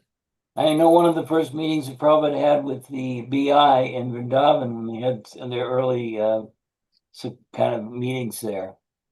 And when they all came to see Prabhupada in his room, and all of them wearing suit and ties. And he really liked it. He had them all come sit in chairs and, he treated them as gentlemen. He appreciated it. So Yeah. anyway, I don't really have any particular questions. I just wanted to say hello and, agree with your points, because it's like, for instance, I went to the temple today at the manor, the Bhaktivedanta Manor, and you could bathe the Gaur Nitai there, but only if you wore unstitched clothing. And I just thought, when are they gonna get, why is there so much love of ritual? You've gotta follow these, I don't know, totally impractical arrangements, and especially this kind of clothing in England is I don't know, it's just ridiculous. But anyway, sorry. Thank you. Let somebody ask questions that. Oh yeah, what about that Jasmine? She's been had her Yes, hand. we'll go to Jasmine. Rupa Vilas Prabhu, thank you so much for your contribution. Dear devotees, in case you do not know Rupa Vilas Prabhu, he is the precious author of The Ray of Vishnu and the Sixth Goswami. And I must say, I am one of the luckiest people, because he personally autographed those two books, and I still have them. Thank you so much, Prabhuji. Hare Krishna. So good to see you here. Jasmine, I'm not sure whether Jasmine is rice or perfume, but I guess she's both. You may unmute, Jasmine. Thank you. Thank you. Hare Krishna. Such a pleasure to be here in the presence of devotees. I just wanted to add my experience in regards to the topics we're talking about, and allowing Krishna to integrate into different backgrounds, ethnicities, and cultures. And so I am African Caribbean. I live in African country, or African diasporic country of Dominica in the Caribbean. But prior to this, I also lived in New Orleans, which is predominantly African diaspora in America, and all the things, right? So culturally, I come from a different background. And I was introduced into the Bhagavad Gita in 2022. And the book really took my heart. The story really took my heart. And so I went from that version to Prabhupada's version, the as it is version. And learning so much, it's a journey. And once you really read the text for yourself, and you really have a pure heart and devotion, you feel the impact of it, and you don't necessarily need it to look any other way, because the experience is inside of you. But with that being said, and I found out that I didn't even know there was a Krishna temple in New Orleans at the time. And someone told me there was a temple. So I was so happy to go and, hear of Krishna, speak of Krishna and all things. So when I would go to the temple in New Orleans, it was predominantly people from India there. And so a lot of what you guys were speaking about in the terms of maybe there isn't that much preaching, or there was some preaching going on, but the rituals were very prioritized, and people who are coming just from the local community, like someone who is Black or someone who is just not Indian, in New Orleans coming, they will be able to eat prasadam, they'd be able to chant Hare Krishna, they'd be able to be there for the rituals. However, there wasn't necessarily a true desire to teach, what the philosophy, not even the philosophy, the science is about. And so that was one thing that was burning in me. I'm like, oh, we need to talk about this. We need to, get together. We should be reading the text. It's so much more than all of this. But I'm such an open-minded woman, and I think that I have certain privileges that many, let's just say African American people or even African people across diaspora don't necessarily have the privileges of like traveling or going into different types of communities. I mean, there certainly is a population of us who are courageous enough, open and minded enough, and willing to branch out. And then there's some of us who are within what we're born into. So me just being an open-minded person, I didn't mind being surrounded doing kirtan with no one else who looked like me around. You know, it didn't matter. I knew why I was there. But as far as being able to bring my friends in, and how much would they feel represented and seen, and having that source of communication, I saw a gap there, right? So I would also say, so another thing is like, you know, I would go into the temple and I would see all the pictures of Krishna and Radharani, and it's beautiful. And so my passion took me further, and I read the Krishna book. And so reading Krishna book, it was the first time I had ever heard Krishna referred to as Black. And I mean, it wasn't just Black, it was like Krishna is the blackest of the blackest, you know, and when it would refer to him as a moonsun cloud, it was like he was as black as a moonsun cloud. But if I just walked into the temple and I looked at Krishna, I thought Krishna was blue. And I think something as small as that allowed me to feel even more accepted in this spiritual science. It was just very inclusive. The imagery that's provided, you know, when you mentioned, yes, Jesus being presented as blonde hair, blue eyes, that's a little bit challenging for different people, especially that it doesn't geographically represent the where Jesus was born and what color he really would have been. It's not that to separate us by color, but representation of how they incarnated is very important as well, you know? So I would just say, as far as, because we kind of started this conversation talking about how do we teach Krishna consciousness in African spaces? And as an African woman, and I'm also mixed as well. So I'm mixed with Scottish and Irish, but I didn't grow up with that side of the family. So I've been fully immersed into, you know, my African inheritance and culture. And so as a woman who's been able to walk herself into Krishna consciousness with confidence and with a sense of belonging, I know that— Jasmine Devi, sorry to interrupt you. Can you try to encapsulate your question, remark, comments, so that we move on to other devotees who may also want to ask questions? I understand that you're trying to establish something for Maharaj to respond to, but if you can make it like short for Maharaj to get to that, so we can get to the other devotees also, please. Thank you. Okay, respectfully, I sat here for an hour with my hand up and I've only talked for 3 minutes so far. Well, anyway, I'm enjoying the story, by the way. It's thank you so much. I think, yeah, I think maybe I could just say something in response. Thank you. Yeah, you're a very interesting person and articulate, which I appreciate.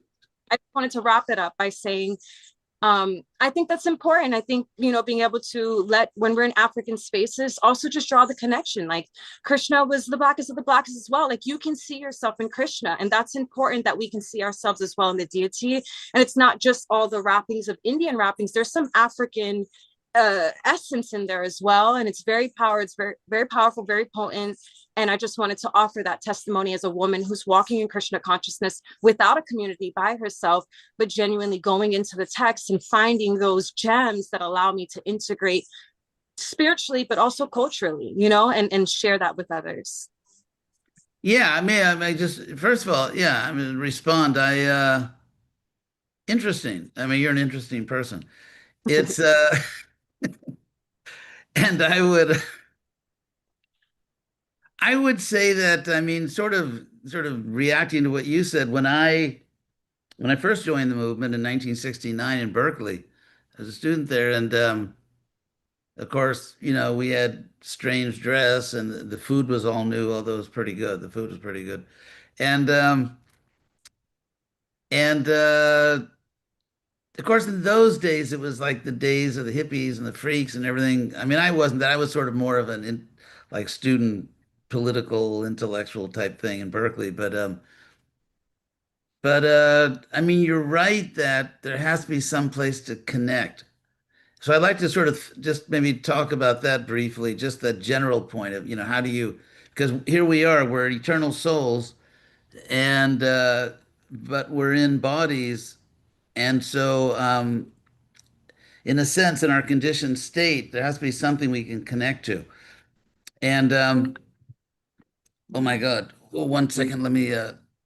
Oops, sorry, someone's calling.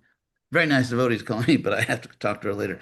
Um, it's interesting because when I joined in Berkeley, um, the culture was kind of, oh my God. I mean, we even wore turbans because, like, because it was very sunny. It was California and we had, shaved heads. You'd get sunstroke. So naturally, we wouldn't do anything like really gross and mundane, like buy a hat.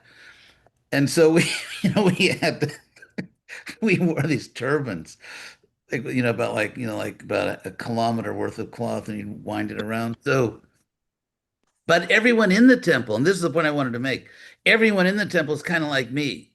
They're all Americans and they were roughly my age and, they didn't have exactly the same background as me, but it was enough. And so I was just living in a community of people who were, spoke my language and were, based, roughly the same culture and all that. And so the point you're making, which is very interesting actually, because what I'm trying to do here is sort of extract like what's the universal element, what's the real fundamental point you're making. And obviously fundamental points have to be made within, specific context, but still there's a fundamental point.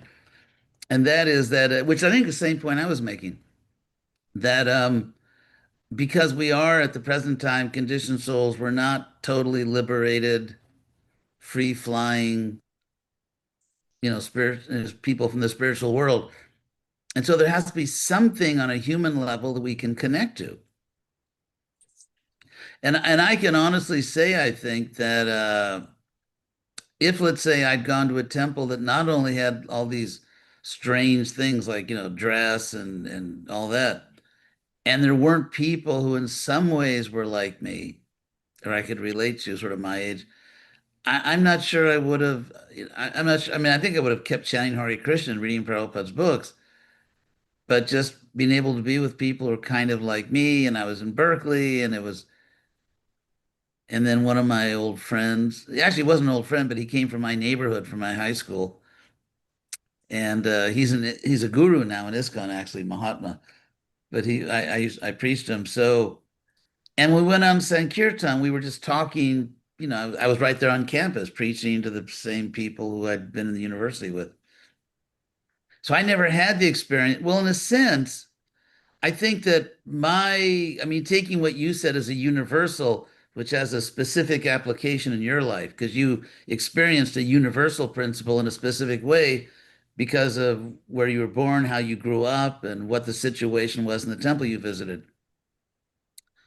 But I think my thing is like it's kind of like the ISKCON that I joined is sort of not there because I can't go. Like I remember traveling around as a young sannyasi, and just every temple I went to, they were kind of like me. And so there was just a natural camaraderie. It's just like, before you join the movement, hopefully you have friends and people you hang out with. And then, okay, I'm not giving up the principle of having friends. I'm not giving up the principle of being with people that have empathy for me and I have empathy for them. We understand each other. We talk the same language. We care about the same things, but I'm just spiritualizing it. Mhm. And so I think that's the universal principle. And of course, Krishna has a spiritual body, and just one word. I'm not disagreeing with what you said, but just sort of being the lawyer for the color blue, and that is and that is. I mean, it is sort of dark and bluish. It's sort of because, for example, I can give no less an authority than late 1950s and early 1960s Superman comics. Because I remember, because I used to read those comics, and Superman, like they would make his hair was so black that, but they were blue. There was blue in it, and so like even in art, and so and so. But anyway, I'm not. We don't have to debate, but I understand what you're saying, and also you're very articulate. You speak well, and so you're valuable. You know, I'm always like scouting out talent. I'm like a talent scout. And so I think, yeah, you should get in touch with us because, I mean, you're intelligent, you're articulate, and you obviously, you care about things. So we have to kind of like, I don't know what to say, mobilize you because you can really do things. I mean, yeah, you're good. You have a good personality. You're a good speaker, and it's sincere. It's not just a show, and you could really do a lot of good in the world. So why don't you get in touch with us? Okay. All right. Hare Krishna. Jasmine Devi, Maharaj's information is in the chat room, so you may pick it up before the class comes to an end. Maharaj, if you may address or say something in regards to what I'm just about to share. I'm also looking at the time. Yes. The time. But I had heard from one guru who happens to be my senior god brother. He was saying that Krishna is smarter than everyone, I So think so. Yeah, I think so. yeah, so when Krishna appeared, I mean, the scriptures describe Krishna's color in so many ways, but the color of Krishna, the complexion of Krishna described in the scriptures is such that no human being on earth actually possesses that color. In the sense that if I say that Krishna is black, then me being black may become unnecessarily puffed up that after all, Krishna is my complexion, it's from my tribe, it's from my continent, or Krishna is white. So if I'm a white person, then I am a real direct descendant of Krishna.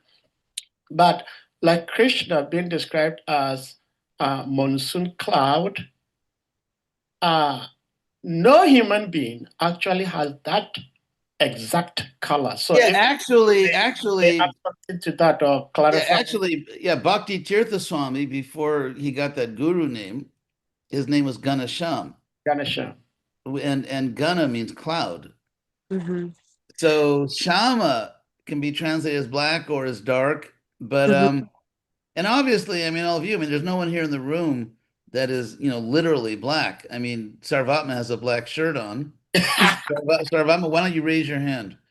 So everyone, yeah, that's actually black. So Krishna, I mean, that was Bhakti Tirtha's name, Ganesham, which is like a rain cloud, which is very beautiful. I remember I was in Costa Rica and they had these beautiful, beautiful rain clouds there, and it's black, but it's blue, and it's this celestial color. Yeah. So I wanted just to touch on that. I think Yeah, go for it. Vrindavan is a special place because Krishna spent his time in Vrindavan. That's not to mean that India is the only place that you can go. Right. You should hype yourself up because you're Indian, because Krishna in India, Vrindavan. But we know he went to Vrindavan, and we can enjoy that where he incarnated. But also, we are in Vrindavan where we are with Krishna. Right. So I'm just reading what Prabhupada said, when I Okay, read. Okay, that's good. Okay, I like this. This is sort of I just want to say there's no superiority. There's just acknowledging the text. True. No, it's good. I like this. This is theological ping pong. Yeah. So, no, it's good. So, you're smart. So, I'm glad you're bringing this up. Anyway, what I would say is that you're right. Krishna is not any earthly color, and he was unique. And it would be a mistake to identify Krishna with any sort of like human racial feature, whether, whatever it is. And also, the simple fact is, for example, you, Jasmine, I mean, obviously, you're not, in the literal sense of the word black. Like, what do they call it? Jet black, I think, like ink, I mean, obviously, that's not at all. And like, no one here is that color. It's just sort of a name they use, a word they use, which is not really that descriptive.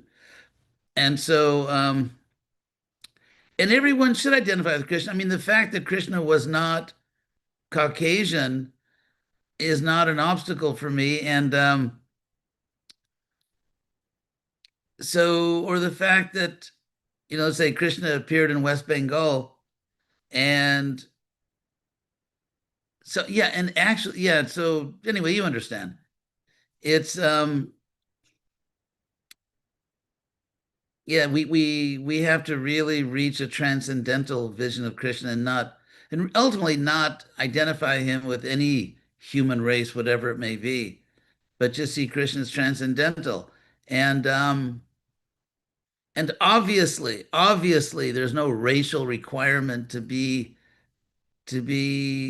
a devotee or a great devotee or a guru or anything. And there's no bodily qualification. That's why women can be a guru just like men. And so yeah, so I would encourage you, Jasmine. I think you're like you're a real good prospect. So we need intelligent people like you out there changing the world. With all due respect to your little island, which also, of course, we care about. Hare Krishna. Thank you so much, Maharaj. We truly and honestly appreciate your presence, of course, and also giving us so much of your valuable time here. There are, I think, 3 hands up, and I would want to say, if Maharaj, you'll be kind enough to take these questions. Yeah, we'll do. We'll try to give. We'll bring Yeah, this to a close. yeah, maybe just okay. We'll do it quick and you know, Yes. I, Okay. we want satisfied customers, right? Thank you. Mitravinda Devi, please you may unmute.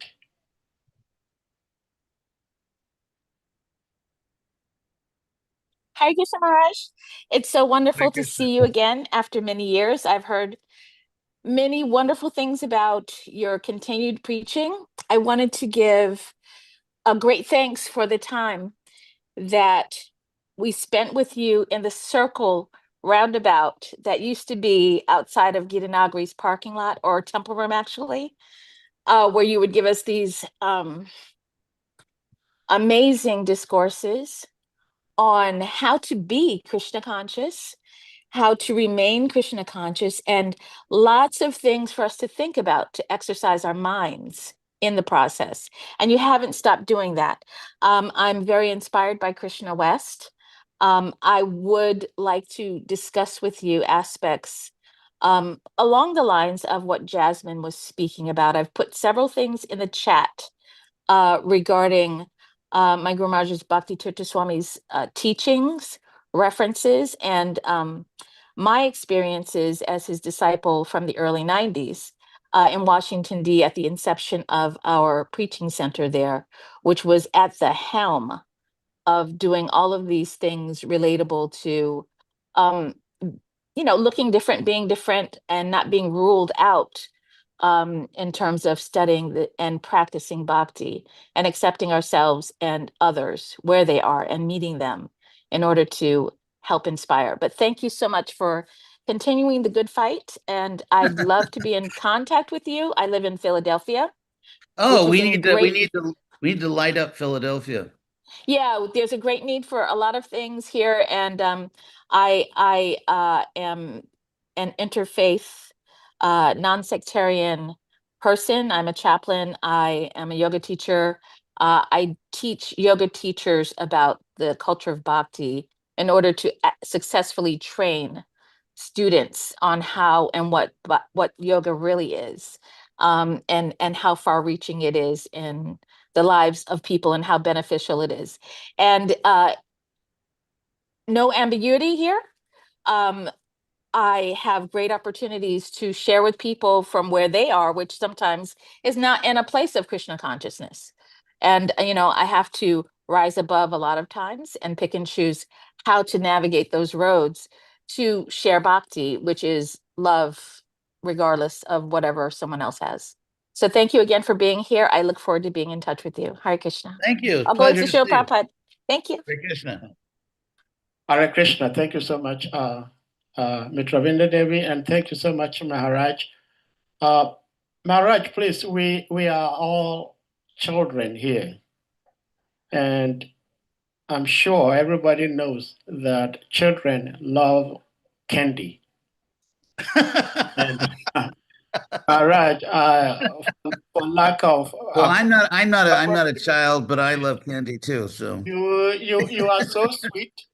You are so sweet, and the children here are not going to let go of you. So I see more hands up. I don't know what we can do, Maharaj. well, if I fall face first on my keyboard, that will be your indication that we probably should wrap up the program. But yeah, we can. So we will go to those who haven't spoken yet. So we'll go to Hamsaduta Prabhu, please. You may unmute. Hangsaduta was my first temple president in Berkeley in 1969. But I suspect since he passed away, there's probably a different one. Yeah, there's a baby. Yes, Hare Krishna, Maharaj. Pretend said my. Oh, by the way, I think there may not be an H in your name. Sorry? Okay. That H, I see the way your name is spelled. Yes. Yeah. I'm going to look it up right now because I'm a sort of a stickler for. I tried to do that myself too, Maharaj, so I'm happy you pointed it out. Let's see, Yeah. because Hangsaduta, of course, means swan messenger. Yes. So 1 second, let me. Yes, there's no H in your name. Okay. Oh, okay. The H, we need the D and the U.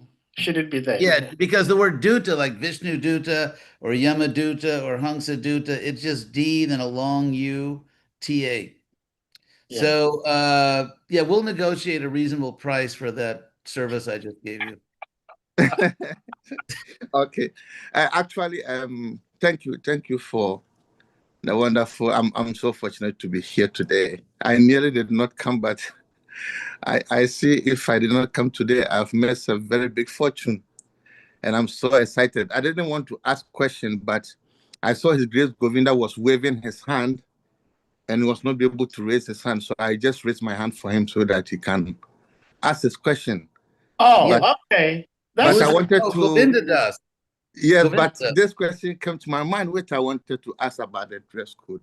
So my question is, the sannyasis, the sannyasis, they wear this saffron and they carry ganga. So is this from Sri Prabhupada or they copy from Sri Prabhupada? I think that's a very old tradition in India, wearing the saffron cloth. It's not mentioned in Shastra. I mean, it is a nice color. If you're a sannyasi, it's sort of like a fashionista. But anyway, as far as where that color comes from, some scholars feel because it's sort of an earth tone. And in the old days, sannyasis would walk around. They didn't have cars or, anything like that. And in India, it rains, certainly, especially certain times of year. And so it's sort of an earth color that would not show, like if you're wearing white, obviously every bit of dirt on you would show. So other than that, it's I'm not aware of any Shastra statement like indicating that's the proper color for renunciates. It's just I mean, a lot of what we call, quote unquote Vedic culture is really just sort of Indian custom. For example, sannyasis are called Maharaja. Mm-hmm. Maharaja, and of course, that is absolutely never, ever, ever found in Shastra. The word Maharaja, which we still have in English through Latin, which would be Magna Rex. In fact, Magna, like Magna Carta or magnificent, that's Sanskrit Maha. And that's historical linguistics, but I won't go into that now. So, okay, thank you. But I'm saying Maharaja, great king, is actually a name for great kings. So, but anyway, sorry. Okay, thank you. And other thing which my mother Jasmine was saying, being a black, how the whole world, we see that sometimes we become some kind of rejected and racism and so on. So psychologically, when I saw the Black Krishna, yes, it made me feel that at least my God is Black. Not like I'm like him, but at least I'll feel that even if everybody reject me, God accepts me because I see color of him as Black. no, I understand that. I understand Yes, that. so Although, it's interesting because, but anyway, that's a whole other topic. But yeah, definitely Krishna accepts everyone. Definitely Krishna's. Actually, I had I guess I don't know if they call it here, African American, whatever. A friend of mine who joined the movement, he became a sannyasi in ISKCON. His name was Sudama. He passed away many years ago. He actually opened up Japan. He went to my high school. So I knew him in high school. And he's probably the most talented actor, like stage actor, that ever joined the Hare Krishna movement. But that's yeah, it's that when I was in high school, when I was just like a freshman in high school, and in an English class, it was like a Shakespeare class. We went to USC for the citywide competition in Shakespeare and acting, and he won the gold medal and everything he entered. He was a brilliant actor, but yeah. So ultimately, it doesn't matter. It's irrelevant because it would be absurd, especially in a movement that says you're not your body, to say, well, you are your body if you have certain kinds of bodies. And it's also absurd to say you're not your body, but you are your clothes. So, I mean, between your clothes and your body, better to be your body is closer to the soul. So, anyway, Hare Krishna. So, anything else? Hare Krishna, yes. yeah, Hare So, Krishna. Yes. Govinda Prabhu, can you unmute? Govinda? Is there a Govinda in the house? Yes. Yes, I raised my hands for him because I think maybe he's driving and he cannot raise his hand or unmute. So that's why I raised my hands for him. Yeah. Well, maybe we're going to wait. Okay, I get there. I'm there. Okay. Okay. All right. Thank you very, very much, Sahar Prabhu. Hare And Krishna. Maharaj, please kindly accept my respectful obeisances. All glories to you, all glories to Srila Prabhupada, and all glories to the assembled devotees. And thank you very much, Maharaj, again and again. Um, Maharaj, I do listen to you, and I'm always very much inspired hearing you speak. And also 3 days ago, I happened to see you in my dream, which I was very, very happy when I woke up. So wow. I hope I'm blessed. I hope I behave properly in your dream. Maharaj, you were having discussion like you're doing today, and I was so happy. Maharaj, I had 2 questions, but I know you don't have time. Yeah, actually, it is. It is. I may actually faint from food deprivation, but go ahead. Yes. So I'll make it very, very brief. One is that you spoke a lot about clothing, the relevance of it, and that we should not be attached to a cloth, but we should rather be attached to Krishna and the process that will help us to reach him. You talk about adaptation, time, place, and different circumstances. We can dress and also to be able to attract the people in concern. That is one. And my real question in that was about the shaving of hair. Yes. We shave hair as devotees living in a temple, as a monks. We shave hair and live shika, and also we put on neck beads, the necklace in our neck. So I would like you to say something about that also. And then yeah. Okay, look, one point is the shaving the head and even leaving the shika is actually a custom found in many different cultures. It's not at all something just found in Vaishnav culture. And Prabhupada didn't do it when he was a householder. So, yeah, it's basically it's the cultural principle. We have to. Okay, here's the point I wanted to make. One thing that really inspired me to sort of do Krishna West was a verse in the Bhagavatam. We're talking about the qualities of a serious devotee. Titikshava, they're tolerant, karunika, they're merciful, suhridak sarva dehinam, and they're uh, the dear friends or well-wishing friends of all conditioned souls. So if I wear Indian clothes, that means I'm making it much easier for some people to come to Krishna, and I'm making it much more difficult for other people.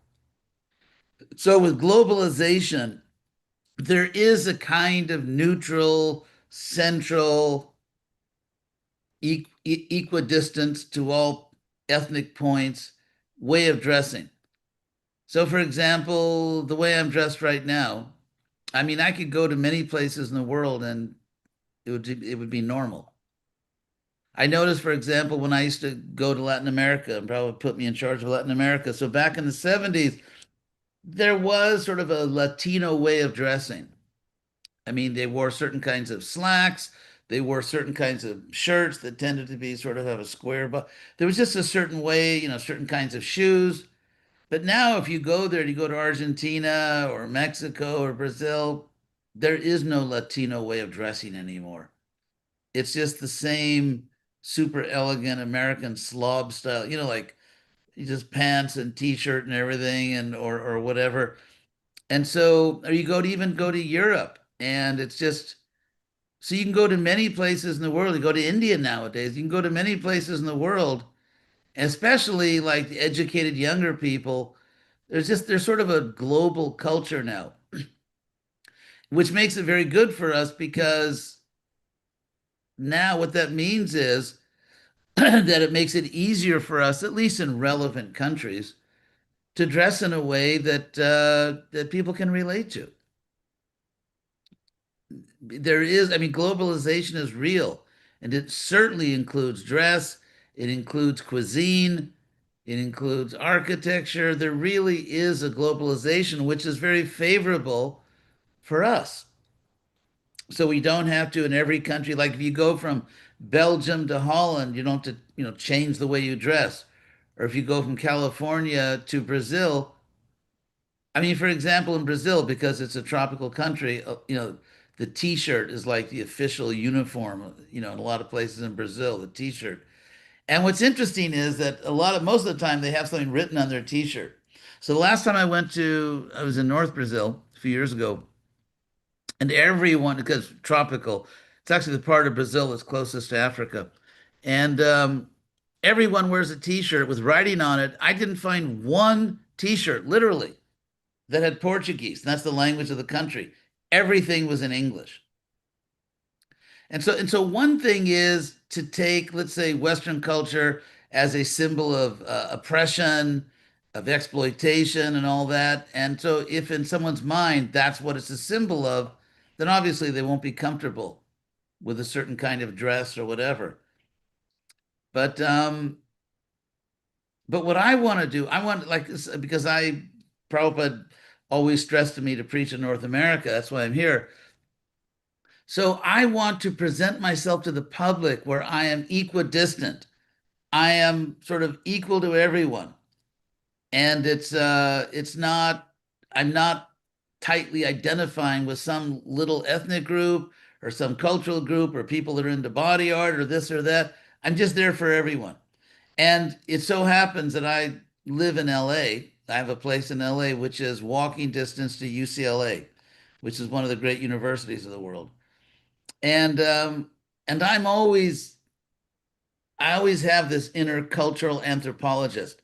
So if I say take a walk on the campus, I'm not just taking a job walk on the campus. My inner cultural anthropologist is going full steam. And what I've noticed is that the way students dress at a very respectable university It's kind of the same as when I was in the University of California, which was, my God, 60 years ago. And they kind of dress the same. One thing, the weather in California, it's nice, and just t-shirts and simple pants or shorts. So it's not changing that much. And by the way, UCLA is the most diverse campus probably in North America. I mean, there is no majority group. There is no majority group. And whether it's, let's say, Chicanos or Latinos, who now they're actually in the University of California system, which has about 8 campuses, UCLA, Berkeley, San Diego, et cetera, et cetera. There are actually more Latinos than there are white people in the University of California system. There are more Asians than there are white people. So if you're white at these University of California campuses, you're a minority. But what's interesting is, and there is no majority, there's like just so many different races, so many different, people from all around the world, and everyone gets along. Everyone gets along. There are no big issues.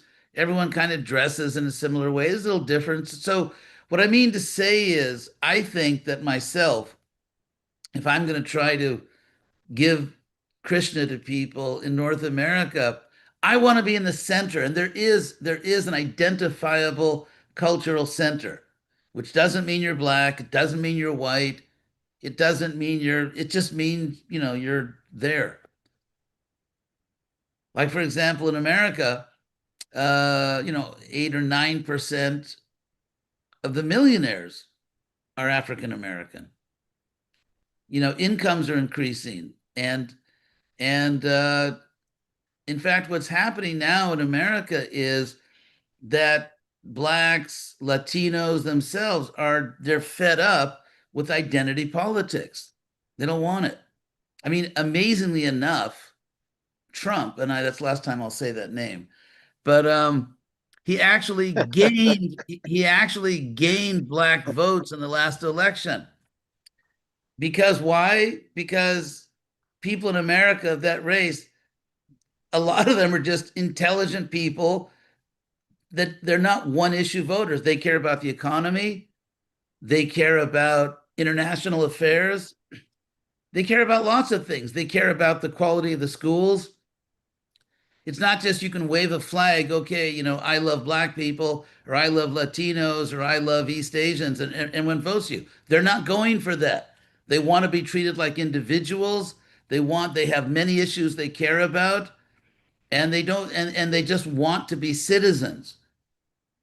They don't want to be stuck in these little boxes. And frankly, they're stuck in these little boxes by the woke left, who want to exploit them for votes and power and so on. And so it's well, that's what's going on, because I live in a state in which there is no majority race, there is no majority ethnic group, and so I think that. And by the way, I mean, you won't believe this. You'll probably think that I'm making this up, but when I was a kid, I was actually a really good basketball player, and so I had a lot of friends, because we'd play all day, especially in the summer. And so I had a lot of friends who were African Americans, including some of them actually went to the NBA, National Basketball Association. Um, so I don't want to lean toward the Indian community. If I wear a dhoti in public, yeah, it's really facilitating Indian people, but it's making it harder for other people. So my vision of what it really means to be a Krishna conscious preacher is that it's for everyone. I don't favor anyone. I don't make it harder for anyone. It's really for everyone. It's really for everyone. And we're transcendental. We're spiritual people, and we really couldn't care less what kind of body you have, because it's just irrelevant.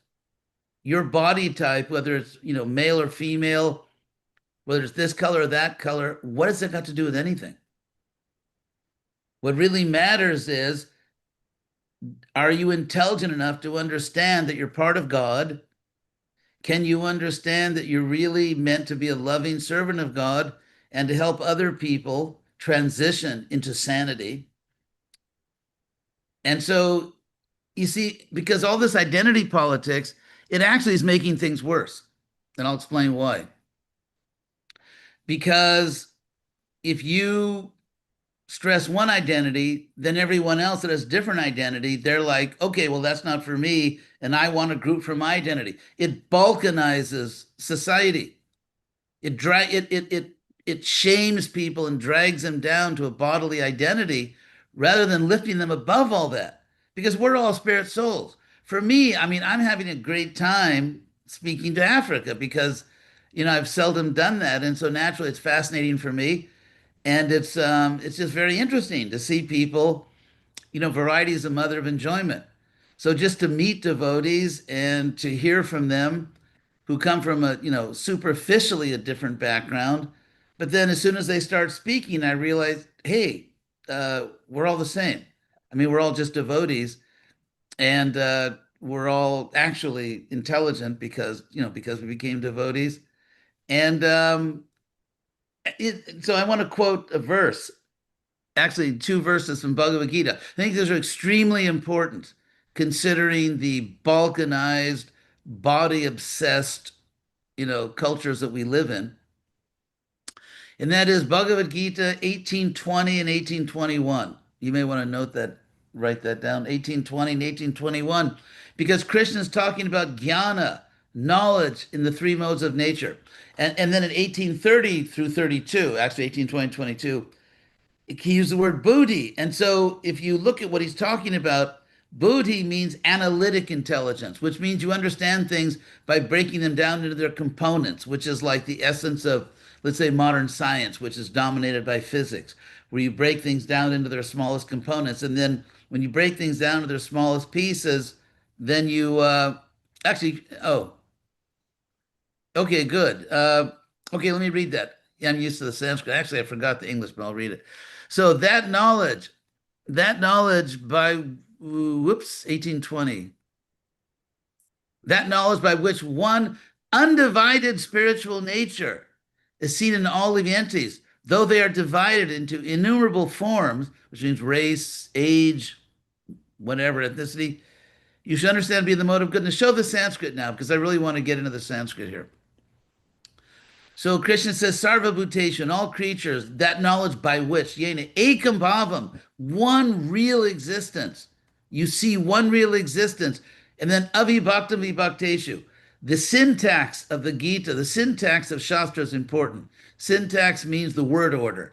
So Krishna has juxtaposed these two words, avibhaktam vibhakteshu, undivided in the divided.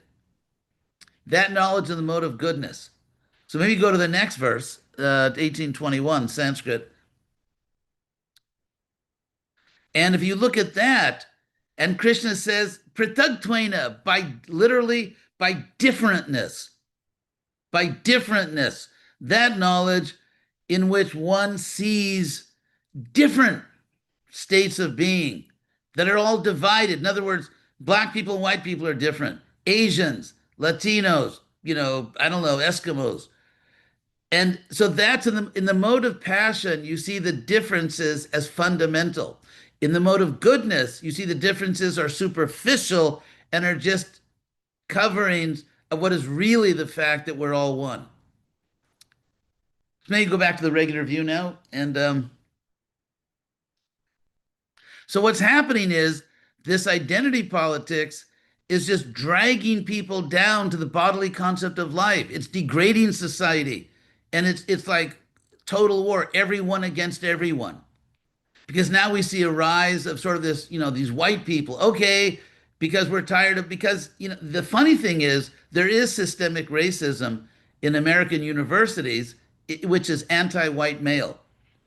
So that if you're a white person, a white male applying, I saw this thing where they, just for people being hired to be in the fire department of Los Angeles. And so there was a lady there who was African American.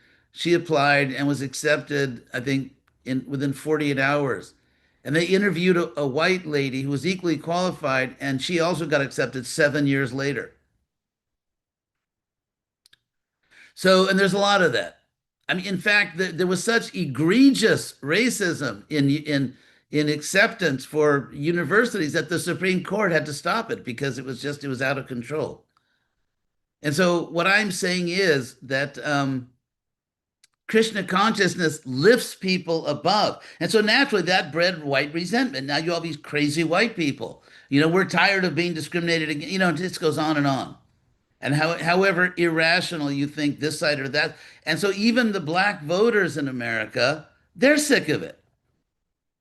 The ones who are educated, they're saying, you know, judge me on my merit. I don't need, you know, because the real racism, in my view, is a lot of the people on the white left, because what's underlying it is that non-white people cannot elevate themselves. Only white people can lift them up, which is, of course, nonsense.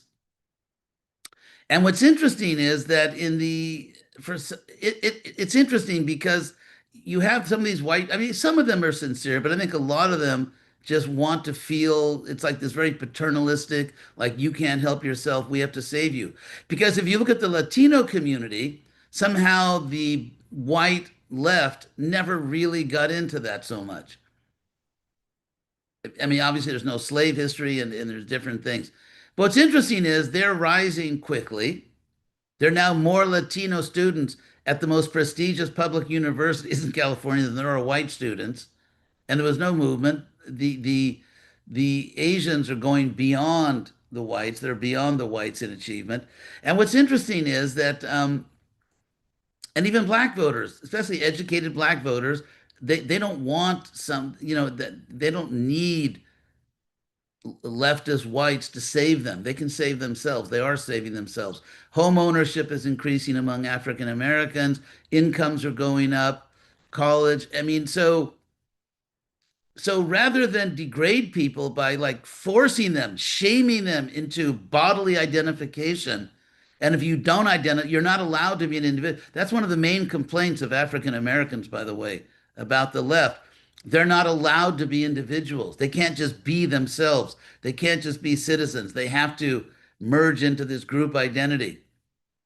And so, and ISKCON, I mean, at its best, I mean, the Hare Krishna movement, we can raise society above bodily identity, above the mode of passion. And on that level, we're all the same.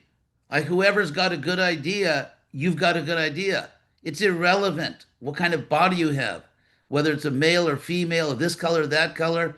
That has nothing to do with anything. It's about what can you bring? What can you contribute? How much wisdom do you have? And so what we're trying to do is lift people above this stupid bodily identification, which just divides everyone, and to say, no, we're all equally spirit soul, as opposed to sort of like trying to force people, divide people up. And it turns out now there's like you know, there's like dozens of different body advocacy groups. You know, the Filipinos have their group, and you know, the Chinese Americans, Japanese Americans, this color, that color, you know, South Pacific and maybe North Pacific. And it's just, that's not a society, it's just chaos. And with Krishna consciousness, everyone is the same. It just depends on what your abilities are, what your devotion is. The rest is, I mean, who cares? So, yeah. Anyway, I'll get off my soapbox right now. But it was fun being on the soapbox for a few minutes. Hare Krishna. Thank you so much, Maharaj. Salika Prabhu, do you have something to say? Yeah. Salika Prabhu is our co-host, Maharaj. Oh, Hare Krishna. You look like a happy devotee. You must be a good devotee because you always have a smile. Thank you so much, Maharaj. It's my great fortune to be here to have the opportunity to listen to you directly today, Maharaj. I'm short of words, actually, and I know that time is fast spent. I don't want to take too much of your time. And I know that traditionally, students should give charity to the teacher according to the tradition.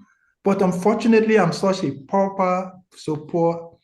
Unfortunately, I do not have something to give. But not only that, I want to. Are we still going to answer his question? He just said he doesn't have any money. But I just want to, rather than giving Maharaj, I want to beg for a charity from you. I know this is the opposite of what is supposed to be, but I really want to beg. And But it's if not it is unusual. possible, I mean, you can for give go Maharaj, I ahead. will Yeah. be very grateful. And my request and my humble request is that Maharaj, if it is possible within your tight schedule, I will appreciate and beg that if you can give us one day within a month or one day in 2 months to speak on Hare Krishna Africa, it will be a greatest boon to our spiritual development. That Well, is thank my you very much. That's very kind of you. I'll tell you what. Why don't you write me a letter? Dave, you have my address, right? Email. Yes, Maharaj. Yeah. So why don't you write me a letter and then we can negotiate. Thank Okay, you so much. Thank we'll you be so happy much. to do that. Yeah, I can. Sorry, but just before Murad goes, Yeah, go. I have lots of questions because you've touched on several things, but I can't do that today. And I will just ask one question.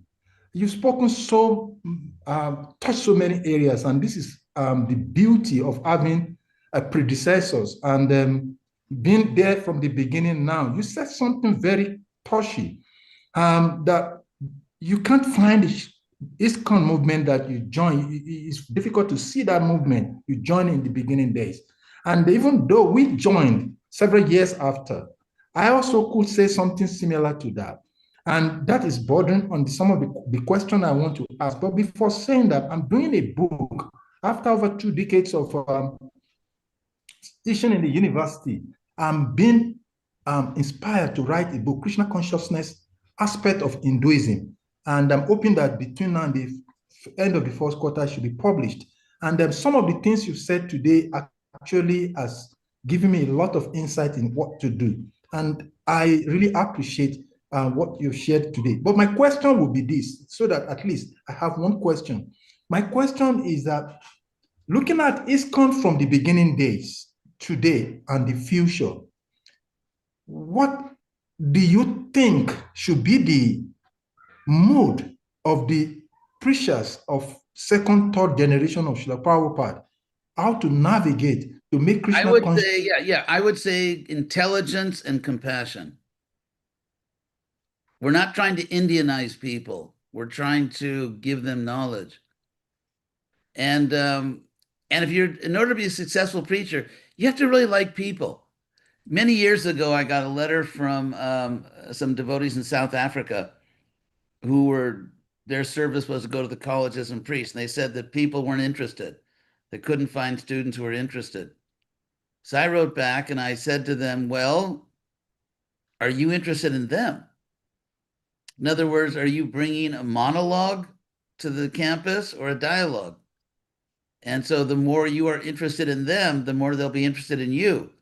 And so then I got a letter back a month or two later and said, "Yeah, everything's fine now," because they so I mean, if you really care about people, if you really care about people and you know that if I, let's say, maybe again, dress respectably as a lady or a gentleman, not something crazy.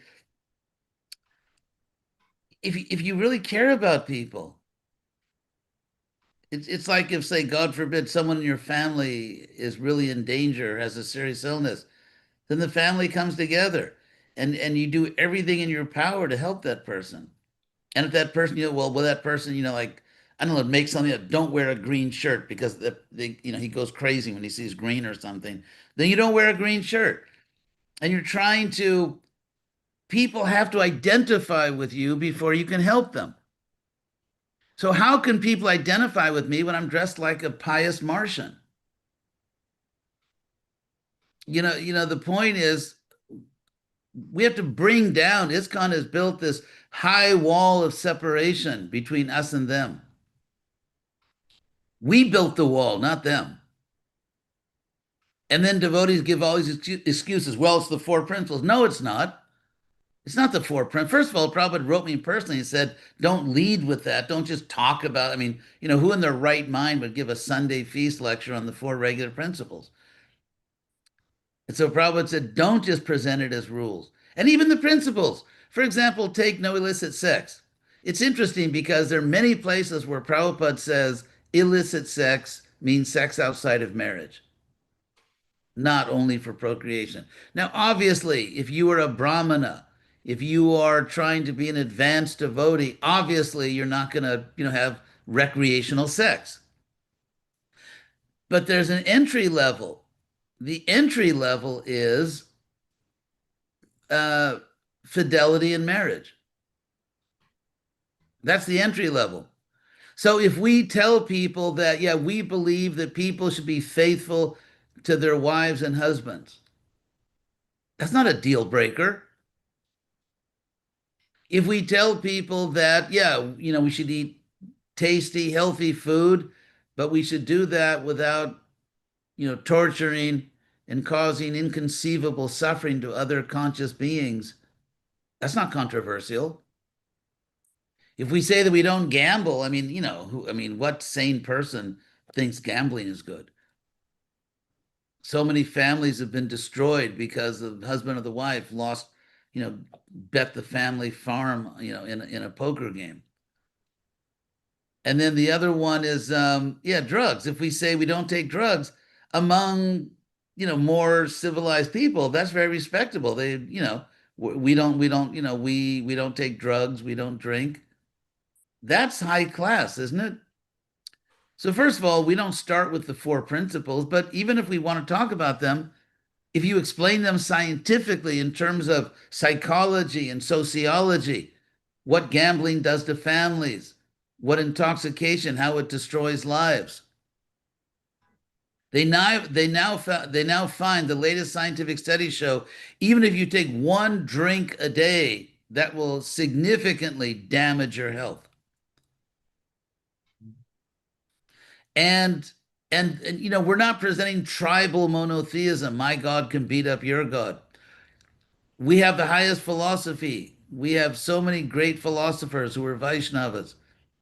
So don't blame our foolishness. Don't blame it on the philosophy. Don't blame it on the fact that we follow principles.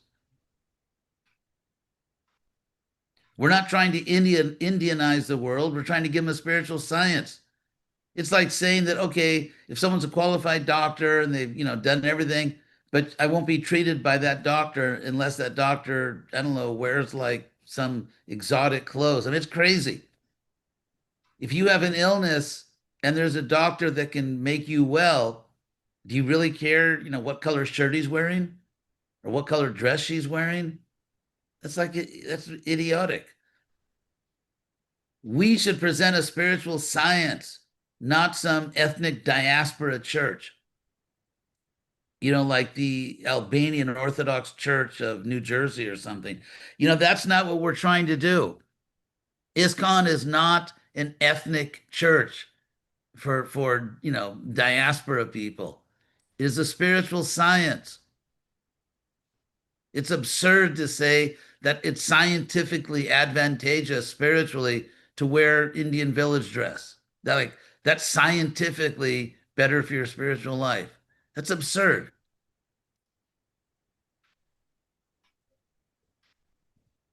So, Hare Krishna. Thank you so much, Maharaj. My pleasure. Viva Africa. Ever since it became evident that you're going to be speaking, I've been overjoyed since that time. And I was praying that this day never came. Because when this day comes, you come, you speak, and as you hear, I'm very joyous. But my dear big brother, Salika Prabhu, spoke my heart that I was so sad that when next are we going to have Maharaj again? But I'm really happy Salika Prabhu spoke the way he spoke and your response. So I'm going to get back to you, Maharaj. We are very grateful. I know there are two hands up, but please, we're going to apologize to you that Maharaj could not be able to take more questions. And we're hoping and praying that those people, Sriman Varahacharya and Jambavati, they could write me a note. Okay. All right. So we can have Maharaj here again, and we may be able to ask our questions. So thank you so much, Maharaj. And if you may give some sort of concluding remark, and then we'll bring this to a final closure, Maharaj. Just that it's I had a great time, and it's I'm really very grateful to Krishna because Africa is obviously an important place. There are many devotees there. And it was just, for me, it was a real pleasure to be able to meet all of you and, to meet so many good souls and, hear intelligent questions. And yeah, that's what we live for, right? Because we live to reunite the family of all souls. Okay. Hare Krishna. Hare Thank Krishna. you so much. Hare Krishna. So, dear devotees, we're going to humbly request you all to kindly unmute yourselves, and we all, with one love, one heart, chant Hare Krishna Mahamudra to express our deepest appreciation and gratitude to our beloved speaker, His Holiness HRIDAYANANDA Das GOSWAMI Maharaj, for sharing his love and wisdom with us today. Please, if you all unmute, Jai. Hare Hare Krishna, Hare Krishna, Hare Krishna, Krishna Krishna, Hare Hare, Hare Rama, Hare Rama, Rama Rama, Hare Hare. Hare Krishna. See you all later. Karapataru Ubhyascha Kripa Sandhubhyas Devascha Itanam Bhavashlebhyo Vaishnavebhyo Namo Namaha. Holiness HRIDAYANANDA Swami Goswami Maharaj ki Jai. Co-founder Charya Srila Prabhupada ki Jai. Glories to assembled devotees. Hare Krishna. Yeah, Hare Hare.